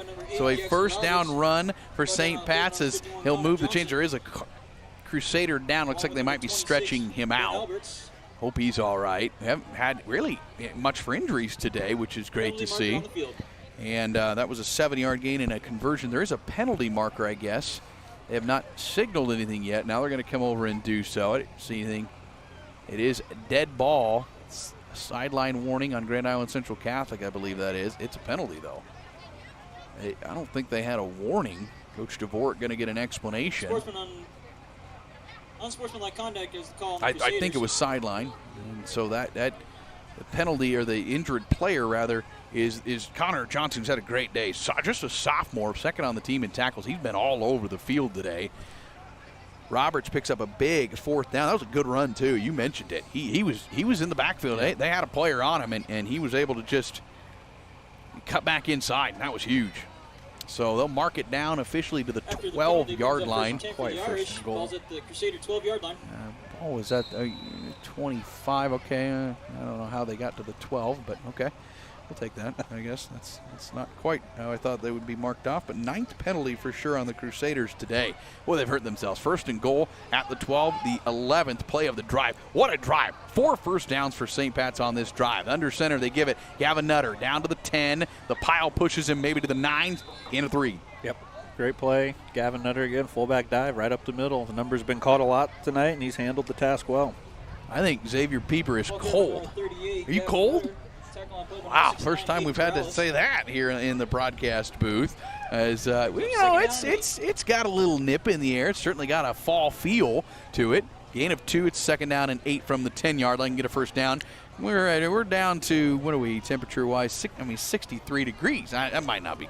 Feels a little chillier than that. I don't think the Irish will do anything crazy here on this drive. I think you'll see a lot of fullback dive with Gavin Nutter or Jackson Roberts. Middle back in motion on the power eye from the 10. They'll give it. Roberts right side, hits his own offensive blockers, then pushes forward down to the 6. It'll be a gain of 4. It'll set up 3rd down and right about 4. 10:40 to go in the game. 22-0 St. Pat's. This has been a clock killer. This drive started with 6:42 to go in the 3rd quarter. You're going on 8 minutes plus on this drive alone from the 3-yard line. Boy, this is a drive right here for the ages if you can cap it off. Yeah, this will be something they can. If they can punch this in, they'll show this in the film room every week to everybody. This is quite the drive we have going on. 111 yards on now 24 carries for Jackson Roberts. He's getting close to his career high in yards or carries. Now it's 3rd down and 4 from the 6-yard line. Power eye again for Hess. He'll turn, sweep right for Roberts. He's got blockers, cuts inside now. Hard cut. He pushes. He is close to the end zone. He's in. Touchdown. 6-yard run for Jackson Roberts, his 2nd of the day.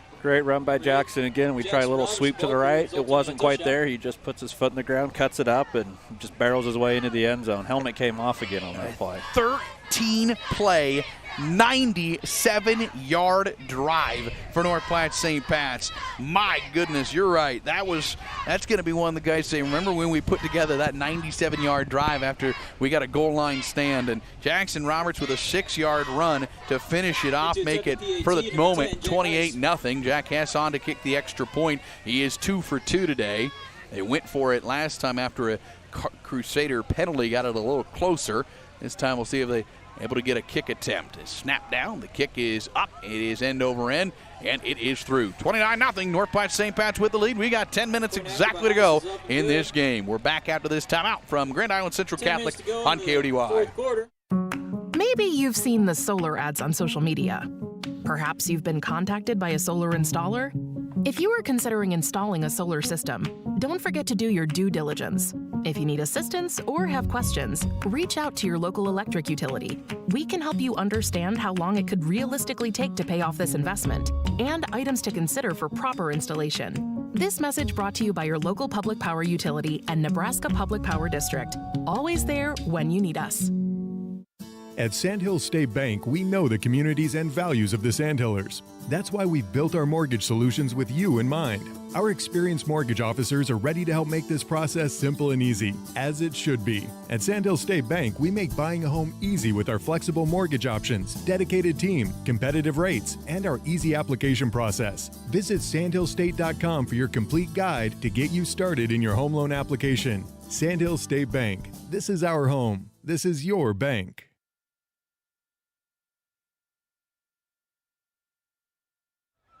All right, 10 minutes to go in this one. North Platte St. Pat's with the lead, 29-0 over Grand Island Central Catholic. A 13-play, 97-yard drive. Jackson Roberts with a 6-yard touchdown run to cap it off.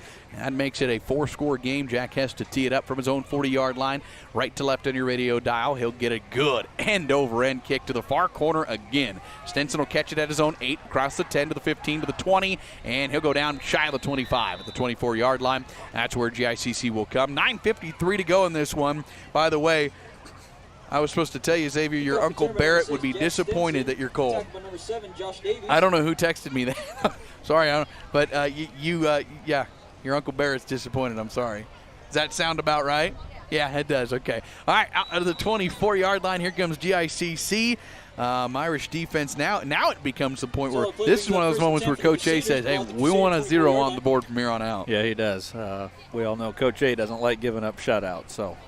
All right, from their own 29, they'll run trips to the near side. Lowry in the middle of that for Brayton Johnson. Low snap, picks it up, throws it out to the flat little wide receiver screen for Herbeck. Herbeck catches it. He's back to the line of scrimmage. Barely. Jack Hess brings him down. It's barely any gain on the play. And there is an injured player, and I think it's a Crusader. I couldn't see. It's behind some of the players, so I couldn't tell even which team it was. But judging by the coaches that are coming out, they're looking at a Crusader. They are. And boy, he was in a lot of pain. So they rushed out pretty quick.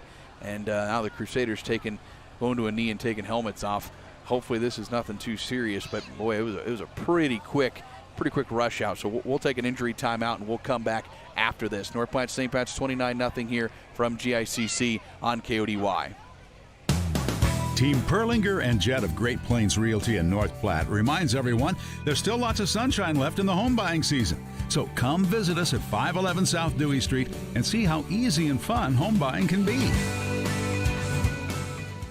When it comes time to honor the life of your loved one, it's all about the relationship. Adams and Swanson Funeral Home will help you celebrate that bond with assisting you and your family with all services, ceremonies, grief support, and pre-planning. Learn more by visiting adamswanson.com or by calling 532-2044. Find your favorite beverages at Quick Stop with fountain machines with flavor fusion shots, alligator ice slushies, 8 varieties to choose from, gourmet 100% Arabica house blend, and exclusive Seattle Buzz coffee. And for real shakes and smoothies. Pick up your Quick Rewards card today and start saving. Members enjoy rollback prices at the pump every Tuesday and Thursday. Quick Stop with the lowest beer prices in town and happy hour twice daily, and we never close. Quick Stop with 27 locations open 24/7.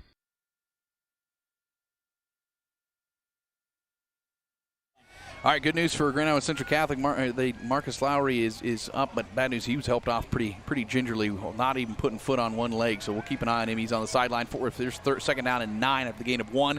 Throw over the middle is complete to the 30-yard line for GICC. Back-to-back completions. That's to Herbeck. That got 5 more. It'll set up third down and 4 here for GICC. 9:17 to go. But yeah, that was well, you hope nothing for Marcus Lowry. He's one of their best players, a hard time player, and he went down right away and he was in some pain. So you hope the best for him. It's been a really pretty injury-free game up until that point, and he's one of their big weapons.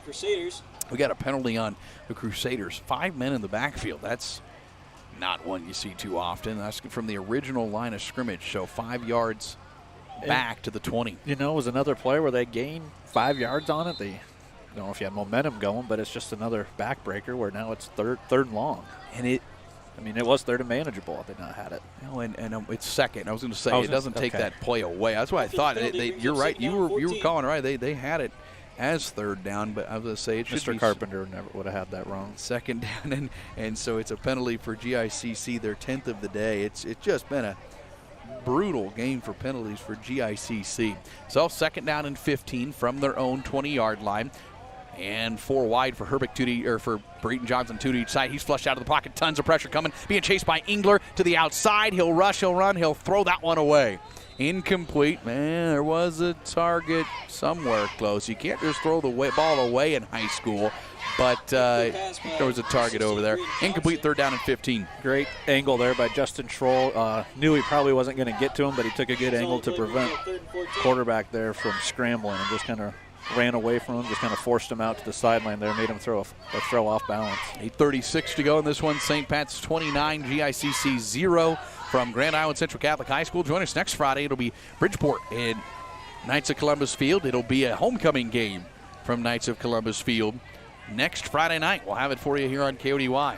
Ball in the near hash. Are you the DJ next week, Dana? I am not, thankfully. Third down and 14. Nobody would want that. 3rd and 14 from their own 20. Snap back looking. He throws near sideline. Ball might have been incomplete.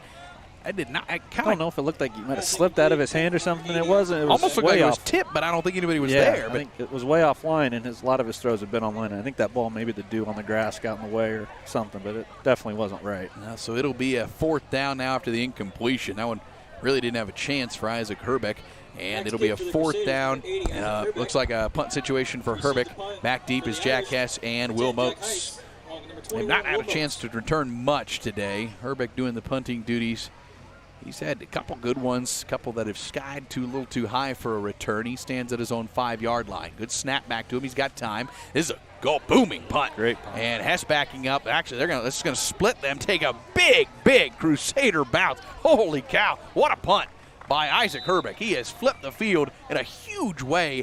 They're going to mark this one inside the 30-yard line, and we'll wait for the PA to tell us maybe where this ball is. I think it's inside the 25, maybe the 24-yard line. You know, if you're going to hit a good punt against the Irish, you want to put it right where he did, right in the middle of the two receivers. There's maybe some miscommunication who's going to catch it, and took a fortunate bounce, so great punt. 56-yard punt for Isaac Herbeck, and the Irish will take over here with 8:19 to go in this one from their own 24-yard line, up 29-0. It was just brought to our attention on the concession stand selling popcorn for $1. Terrific ball game here for North Platte St. Pat's. I tell you what, this team, this is the second half last week against Centura for pretty much this entire game. That's what Coach wanted to see. He wanted to see his team put together a complete game, and boy, they have right now. Now it's just a matter of closing out 8 minutes. Here's a dive play. It's Gavin Nutter up the middle, and he'll get a second push to push it up across the 30. And maybe to the 30.5-yard line. Gain of 5. Second down. And actually, he has been a stable. Was that Roberts? That was Jackson. Yeah, we did a little pitch trap there out of the split backs, and a nice run there by Jackson. He's got 122 yards today on 26 carries. Toted it. 22 tough yards. Yeah. I mean, they've all been earned. His career high is 28 carries against Bridgeport last year, and I got to imagine they're probably going to use him too much more. 2nd and 5 here from their own 29-yard line. Middle back in motion, right to left in the radio dial. They'll give it. Dive back here. First down run. And, boy, it's 5 yards before you can even tell where he's at. And that's Gavin Nutter. He moves the chains. Yeah, another great fullback dive play to Gavin Nutter. He can just, continues to run hard and just keep the chains moving, keep the clock running. He got himself 7, 12 carries, 65 yards for Gavin Nutter on the day. Irish move the chains out as they're unofficially their 17th first down of the ball game as they're milking off 7:20 and clicking here and trying to pitch a shutout here at GICC and get back to Knights of Columbus next week with a 3-1 record in convincing fashion. Ball at their own 36-yard line. Counter right side, it's Roberts, and Jackson held up in the background, slips through that tackle, gets positive yardage. Not much. He's up to the 40, though. Gain of maybe 3. I tell you what, this is this is part of that game where if you're Roberts, you feel like he's just a step away from busting one. And GICC, to their credit, has made him earn. You said it, tough yards today. Yeah, normally whenever Jackson gets past, the first line, he's usually gone. And, their linebackers and defensive backs done a good job corralling him. It's not easy to do. He's not exactly small out there. 126 yards. You're right, Jackson Roberts. 6:35 to go in this one. North Platte St. Pat's trying to sweep or get a big victory here over Grand Island Central Catholic. And they've got a 2nd down and 6 coming up here from just outside their own 40-yard line. And this one, right side, it's Jackson Roberts to the sidelines. Another good tackle in open space. Boy, really nice tackle on that far side. Jackson a little slow to get up. Ball carried by number 8. That's the last thing you want to see for number 8. He picked up a first down run. Herbeck with a great tackle. He got into Crusader territory, and Roberts slow to get up. Hey, I would imagine he might not carry a whole lot more. We do have a timeout. It was a first down run for Roberts, and he was able to get about 10 yards to move it into Crusader territory. 6:17 to go in this one. Clock will start now on a reset. The timeout brings up 1st and 10 for the Irish. Ball at the Crusader 49-yard line. And we'll see if we see any other second teamers out there for St. Pat's. On 1st down and 10 from the 49-yard line of GICC. Hess under center. And he'll turn, give it right side, back, and that might be Will Moats. And it's not. He's blocking. Josh Davies. Josh Davies? Josh Davies getting the carry. All right, let me give you that one. Yeah. And he picks up about 6-7 yards. First good carry for him of the year. Irish with 5:40 to go in this one. This is normally when Bill shines, by the way. So no pressure. Looks like the offensive line's pretty much the same. You're not gonna go use the restroom or anything. But this is where I could. That's for sure. He pretty much takes over at this point, and I don't have to do a thing. So no pressure at all. But go ahead and go. No, I'm just kidding. 2nd down and 4 from the GICC 43-yard line. 5:19 to go in this one. Irish up 29-0. They'll run a counter this side to the outside. It's Will Moats to the 40. Gets a huge block. 35. Cuts back inside. He's down to the 33. Boy, what a huge block on this near side by Brecken Erickson. And he's certainly going to go back and watch that one later. Yeah, it's there's getting a little scuffle. A little chippy out there. It always gets a little chippy when there's big block in a big game. And just, refs did the right thing. Break it up. Just get them back to the huddle. Let's just keep playing. I mean, Brecken, to his credit, was doing what you were taught. That was a little counter. They've handled that, I mean, to the gain of 10 yards for Will. When that play has worked for much more than that throughout the year, you got to give credit to GICC. But he does get it down to the 32 with 5:03 to go in this one. Nice crowd on hand we have for the Irish. Traveled well tonight to Grand Island. Not a close road trip by any means. 450. So you'll see how Gordon Rushville is here in a couple weeks. That's an afternoon game, too, by Bill's the way. definitely doing that one. And down to the 32-yard line. Veer right, dive back. Oh, big hit. Oh, what a finish. That was a terrific tackle. Nice play by Ben Alberts. Tell you what, Alberts plays hard. The junior linebacker, 180 pounds, and he uses all of it. He leads the team with 29 tackles coming into today, and he hit Gavin. Gavin gave him forward progress too, but he put him back to the 35. Second down and 8. 4:26 to go. One more first down here. Maybe get some second stringers in here. Robert's day is likely done. I think he went to the sideline after that last hit, and boy, you hope he's all right, but he took a physical hit at the end of that. Here's a dive back again on second down and 8. Oh, there you go. First down run for the Irish right up the middle, down to the 20-yard line. So it's a gain of 10 for the fullback, which I presume is 38 as they unpile. He's had a great day. Gavin Nutter today, 14 carries, 77 yards, and another chain mover for the Irish, their 21st of the day. It's just great to have him healthy again this year, and just another weapon that they clearly have used and will utilize going forward the rest of the year. Matthew Phelps is in there for St. Pat's. He might be the left tight end with Josh Davies in the backfield today. 3:50 to go in this one. Irish again back at home next Friday. It'll be Bridgeport in town, who lost a close one today. They're winless so far. They're going to move Moats. Actually, Moats is going to come out, and Coach is going to, well, there's going to get a penalty now. That's going to be on the Irish for running off a player late there. Their 7th penalty. Substitutions to call by the offense. Not been the cleanest game in penalties. Irish with 7, GICC themselves with 10 on the day. So it'll be 1st and 15 from the 25. 3:37 to go.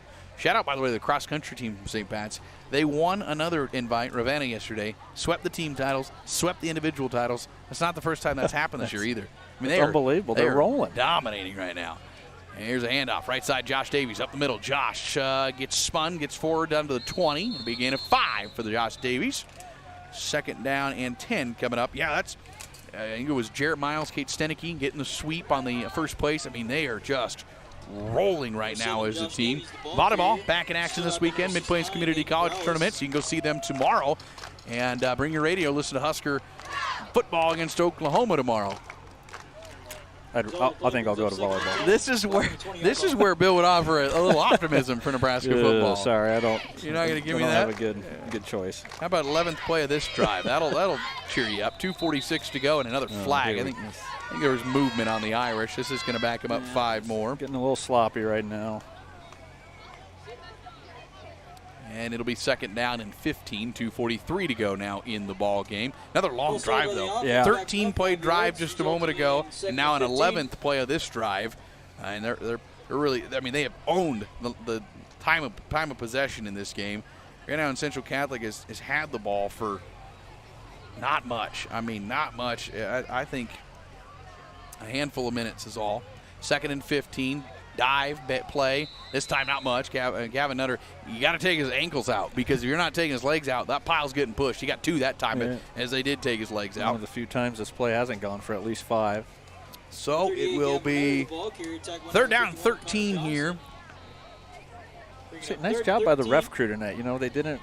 It's always good when you don't notice the referees, I say. If they didn't throw themselves in the middle and make it about them. I mean, it got chippy at times, but they just kind of broke it up and let the kids get back to the huddle and just, didn't throw the laundry all over. Because there was enough plays during the game of play. There was enough laundry out there to begin with. All pretty obvious, too. I mean, right. Penalties were correctly called. Third down and 13 here from the 22-yard line for St. Pat's. Minute 43 to go. Dive back again. This time they'll push and get him down to the 20. Back to the original line of scrimmage. It'll be 4th down and 10 with a minute 35, so they can milk down to probably about a minute to go before they run a 4th down play. They might just run it anyways, just to take as much time as you can. Nutter, 16 carries, 82 yards. That's a season high for him in carries. And a 4th down and 10 with a minute 18 to go. And I think we're going to have a timeout taken here by Grand Island Central Catholic here in this one. with a minute 14 to go. 29-0 St. Pat's with the lead. We'll take one final break and come back to GICC right after this on KODY. Whether you are traveling for business or leisure, the Hampton Inn of North Platte has what you need. Enjoy a free hot breakfast featuring fresh waffles, the clean and fresh Hampton bed, free high-speed internet, and flat-screen televisions. Our friendly staff will pamper you while you earn Hilton's honor points with every stay. Located conveniently at the intersection of I-80 and Highway 83. Making you happy makes us happy. Book your Hampton Inn guaranteed best rate at Hilton.com.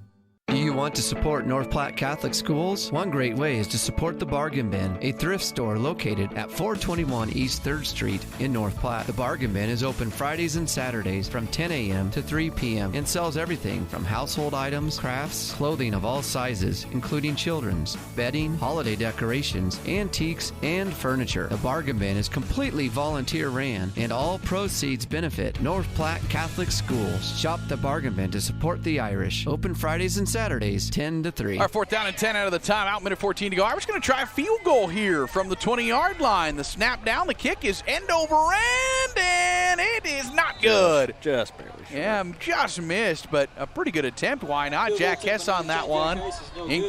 No good, and that's going to be a turnover after that with a minute 7 to go, and GICC will have the ball with 67 seconds to go.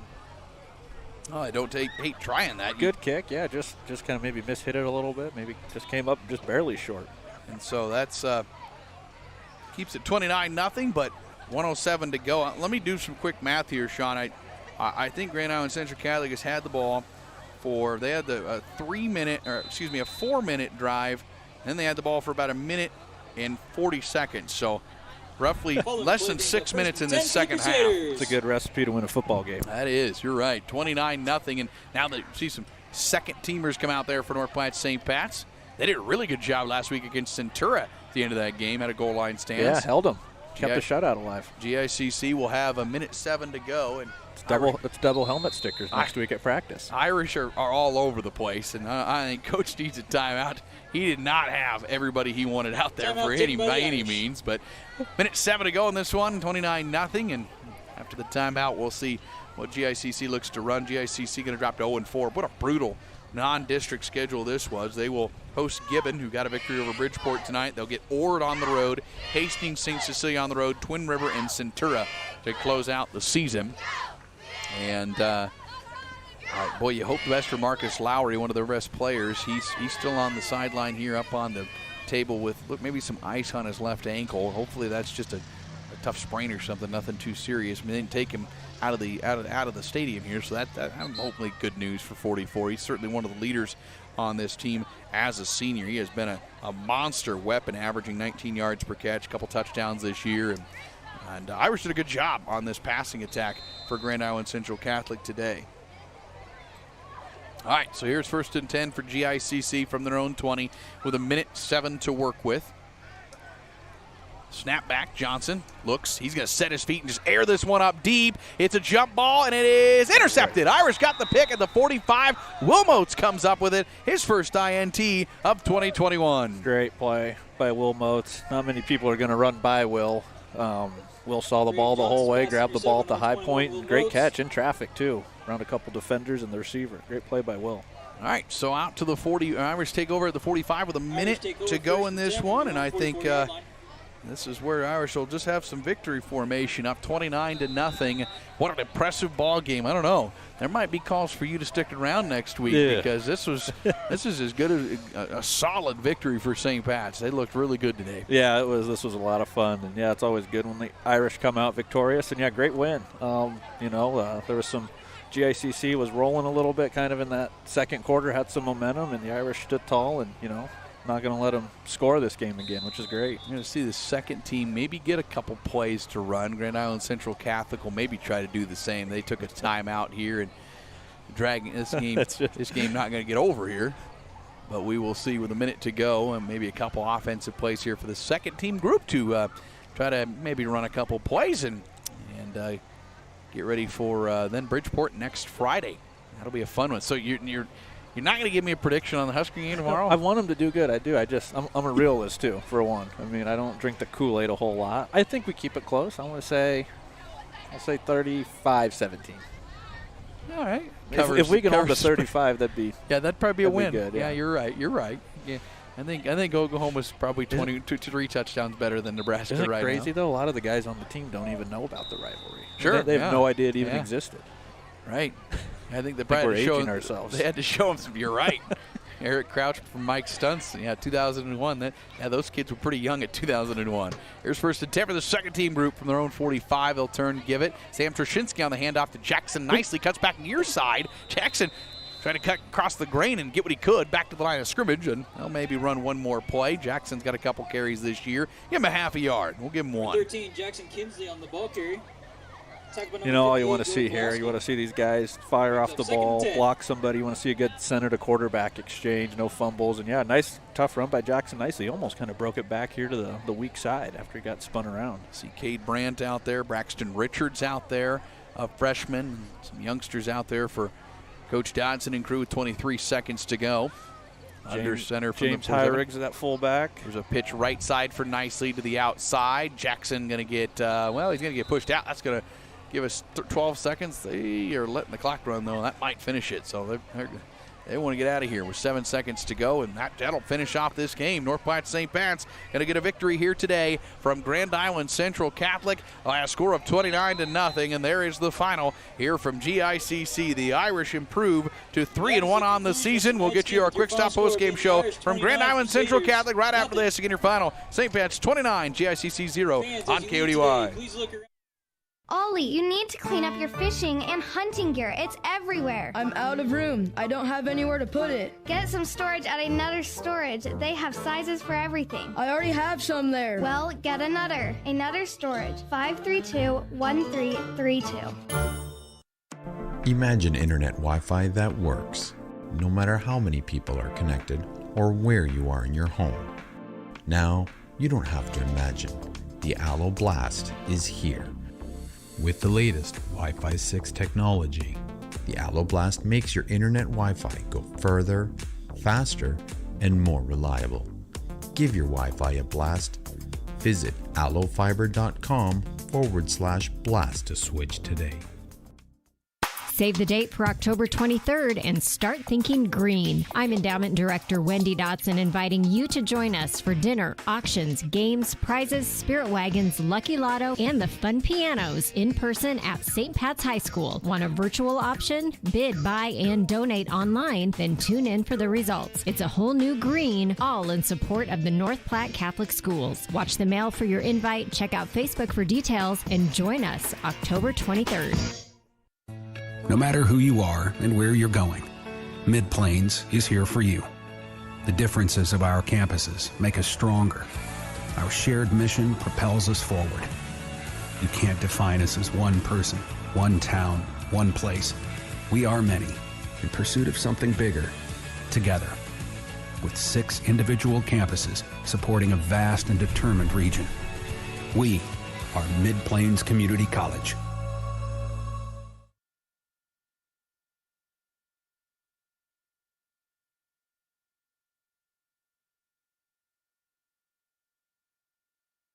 Welcome back on Husker Radio's KODY 1240 AM 106.1 FM. It is our quick stop postgame show just around every corner. Fast, easy, and convenient with 6 locations throughout North Platte. Also locations at Ogallala, Hershey, Grant, and Imperial. On the road everywhere. It is quick stop. Tanner Struck with Sean O'Neill. Sean, I'll get your final thoughts, and then I'll ask you to hand your headset off to Coach Braithwaite, who's coming up. But 29-zip, pretty impressive victory today. Yeah, if that wasn't the definition of Irish football, I don't know what is. Got off to a good lead. We played sound defense. Didn't commit a lot of dumb penalties at critical times. We threw the ball well when we needed to. Got a big drive right before half. A couple of nice passes by Jack, and second half just played. Clock was our best friend, and we just pounded the ball, and it was a fun part to be a part of. Thanks for having me. Well, thanks for being here. A lot of compliments, not a lot of criticism tonight. So we'll stick up for you if there is any. But you did a great job, and I think we've got our backup moving forward permanently, so thanks for your time. I appreciate it. Absolutely. Thanks for having me. Go Irish. All right. Irish again get the victory here today by a final of 21-0. We got Coach Braithwaite he drew the short straw to come up on the scaffolding here today. Let's see. Hopefully we don't lose him, Coach. Actually, I think they picked the most athletic coach and said, "You go give it a shot." All right. That's fitting. You deserve that. You deserve that. You're going to get yourself a shout out. Boy, I tell you what, Coach, Mr. O'Neill just said it. That wasn't the definition of an Irish football game. I don't know what is. That was impressive. It really was. That's something we've been waiting for here since the beginning of fall camp. We haven't put a full game together yet. We've had a couple good halves. Like you said, I thought tonight was Irish football, and we played awfully well all 4 quarters in all 3 phases. Starts out with a 3-and-out. You get a punt return. You get a good one. You take it down to the 33. You go down and score. It's 7-0, and then it's like, all right, we got a game. They're playing hard. It's 3-and-out, 3-and-out, 3-and-out, 3-and-out. And it looks like this is going to be certainly a slugfest. 2 huge drives. Number one, you get a 10-play, 63-yard drive. Start going to Gavin. And then I thought the change of this game, the 4th down stop, and the 2-minute drive offense. Absolutely, and that was, I tell you what, that was probably the nicest thing that I saw tonight was our 2-minute offense worked. We know it's there, and we just haven't executed it here recently, and tonight we did an excellent job. I thought our offensive line did a great job in the 2-minute offense. Jack did a great job of keeping his composure back there, and then Will Moats did what Will Moats does. He ran some great routes, had some great catches, got out of bounds. And the most impressive play for me with Will was on the touchdown, on the sweep. He just had a heck of a crack back block to get Jackson in the end zone. So that was good to see. St. Pat's with the 29-0 victory. There were some huge defensive moments. Number one, that 4th down stop. You get a fumble recovery inside. I mean, it's 22-0. You lose the ball to start the 3rd quarter. They march right down, and a touchdown makes it a 2-score game, and you feel like at that point you got a ball game again. That fumble lost huge, and then you go down and you put together probably the most impressive drive I can recall. Absolutely. I thought our defense was awfully good all night. Coach A had a really good game plan for them. They have 2 just studs on the outside that are 6'4", 6'5", and just give you matchup problems. So I thought our DBs did an excellent job all night of keeping those guys contained, and that's hard to do. And then they did. We turned the ball over to start the second half, and they got inside our 5-yard line. And we bared down. We didn't back in and let them score, and we kept battling, and we ended up getting a fumble. And that happens when you got a bunch of guys flying to the ball and swarming the football. And then, like you said, then our offensive line took over that next drive, which really put the game away for us. Yeah, Coach A earned his paycheck tonight. I mean, that was an impressive job. And let's be honest, Irish kind of is the monkey on the back for the last 3 years. They've snuck these out. I mean, they've stolen a couple from you. Absolutely, and that's something we have talked about. But that's not why we played well, because we talked about it last year too. And so it's always fun to talk about that, how we've kind of been snake bitten against these guys, mostly because they're a good football team. So we were really happy with the way we came out and played, and the amount of energy we had from the opening kickoff until the final carry down the sideline there to end the game. 29-0, St. Pat's 3-1, and now you feel like that's 6 straight quarters of really good ball. You feel like this team, maybe not peaking, but they're playing they're doing what they should be doing right now. And that's just it. When you start putting back-to-back halves together like that, that's starting to become a trend. At least that's what we hope it is. So hopefully we can continue that next week into Bridgeport and play the same way.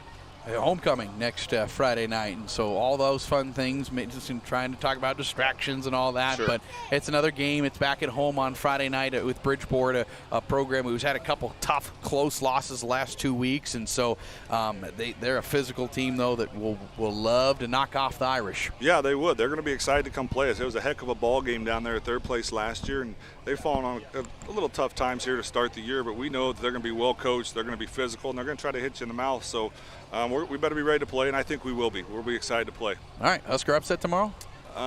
Yeah, you betcha. Oh, wow. I'm all in. There you go. All right. He just wants it. He's not calling for it, I don't think. 29-0, St. Pat's with a victory. Coach Braithwaite with us here on the postgame. Congrats to the Irish, 29-0. Let's run through the numbers in this one. Irish going officially with 331, 282 on the ground. Jackson Roberts ties his career high unofficially with 28 carries, 136 yards. They did a good job on Jackson here today. He had a couple touchdowns. 4 carries, Jack Hess, 29 yards. 16 for Gavin Nutter, 82 yards. 3 for Will Moats, 22 yards. A couple carries for Jackson Nicely and Josh Davies. Jack Hess through the air, 2 for 3, 49 yards. Both completions to Will Moats. 1 turnover, 20 first downs, 8 penalties, 52 yards. Meanwhile, for Grand Island Central Catholic, 123 yards. That was an offense. Irish really did a good job here today. 11 carries, 67 yards for Brayton Johnson. Van Albert's 5 carries. Gage Steinke, 6 carries. Brayton Johnson through the air, 5 of 12, 42 yards, couple completions to Marcus Lowry. And out with an injury, we wish the best of him. A couple completions as well to Isaac Herbick. 2 turnovers, 5 first downs, and 10 penalties, 87 yards. Well, last impressions, Mr. O'Neill. Again, that was a kind of a carryover from the 2 quarters last week, and they just kind of kept going. Yeah, awesome job for the Irish to come out with a win and, did what they had to do. Now you get into district play and, just try to do all you can to be district champs. I was going to say, season kind of resets now, and this is a three-peat team in district titles, so that's the challenge now, is to focus up and got to flush this game a little bit, because you got to go back to work. You can't forget about it, because you want to keep playing the way you are, but district play is a whole other animal, and that's really where it's at. Once non-district's over, you got to focus on that. And big game with Bridgeport next Friday, and 5 more games left on this regular season. You'd love to close it out with a nice 7-game win streak. Yeah, and that's the good thing about Coach Dotson. He'll start game planning for next week right away, and especially with it being homecoming week, he'll make sure that they're plenty focused going into the game next Friday. Not too worried about who the date's going to be or anything like that. Right. All right. Well, again, your final 29-0 here. Let's go ahead and get you your Swift Auto Center play of the game in this one. Due to the setup, I don't know that I got the audio from this one. I have it, but I don't. We'll give it a shot, and we'll see how it sounds. It's time for the Swift Auto Center. Irish play the game. Back, boy, he didn't get much. If he got it or not, it's a first down one way. Grand Island Central Catholic's player kind of starting to run off. So his officials have not signaled either way yet. First down. Bringing out a new ball. It's Irish ball. What a stop defensively. That's your Swift Auto Center play of the game right now, at least initially. What a defensive stop for the Green and Gold. I didn't know where I was going with that one, Mr. O'Neill. I didn't know if that was the play of the game, but that was that 4th down stop there in the third quarter, I believe, that then the Irish went on, maybe in the second quarter, actually. They followed that up with a touchdown. That was a 4th down stop defensively. Yeah. Yeah, it was just awesome play. That was the only time Grand Island went under center, and we didn't fall for anything dumb. They didn't do a hard count. We stuffed them right at the line, and that was what we needed right there. Let's get your player of the game today. It's brought to you by Allo Communications. Allo has taken tech to the next level with products and services that provide its fiber fans with an all-star experience. If you're ready to up your internet game, go to Allo Communications and get Allo today. You got a player of the game today? I think it's got to be Gavin Nutter, doesn't it? All right, we'll go with that. 16 carries, 82 yards, a touchdown. The workhorse inside for the Irish, certainly, in this one. So Gavin Nutter, our Allo Fiber player of the game. Well, Mr. O'Neill, thank you so much for filling in. I think there'll be some calls to we might have to do a vote or something by next Friday. No, I'm just happy to fill in, and you and Coach O'Malley do a great job. I don't think people realize how much prep work goes into it. I had a little play sheet. I mean, Tanner, you do everything so professional, and you put so much time and effort into this, and we're really lucky at St. Pat's to have you as the voice of the Irish. I will be maybe I'll just come up and sit with you guys in the press box next week, especially those cold games in November. I see what you're trying to do. Oh, I'm the backup. I got to be there at every game. I see. All right, let's get to wrap it up tonight. My thanks to Coach Kevin Dodson, Coach Brad Waither for the pre- and post-game chats. Good job tonight from our video producer, Xavier Pieper. Terrific job. I mean, up on the scaffolding. He was a little nervous, I think. Did an awesome job tonight. Thank you to Sean as well. I'm Tanner Struckman saying so long from GICC. Your final 29-0 St. Pat's with a victory. Talk to you next Friday on Knights of Columbus Field. This has been coverage of North Platte St. Patrick's Athletics on 1240 AM, 1061 FM, KODY. For a copy of today's game, contact the station at 308-532-3344. And for a full list of upcoming broadcasts, go to HuskerRadio.com. This has been a Husker Radio production.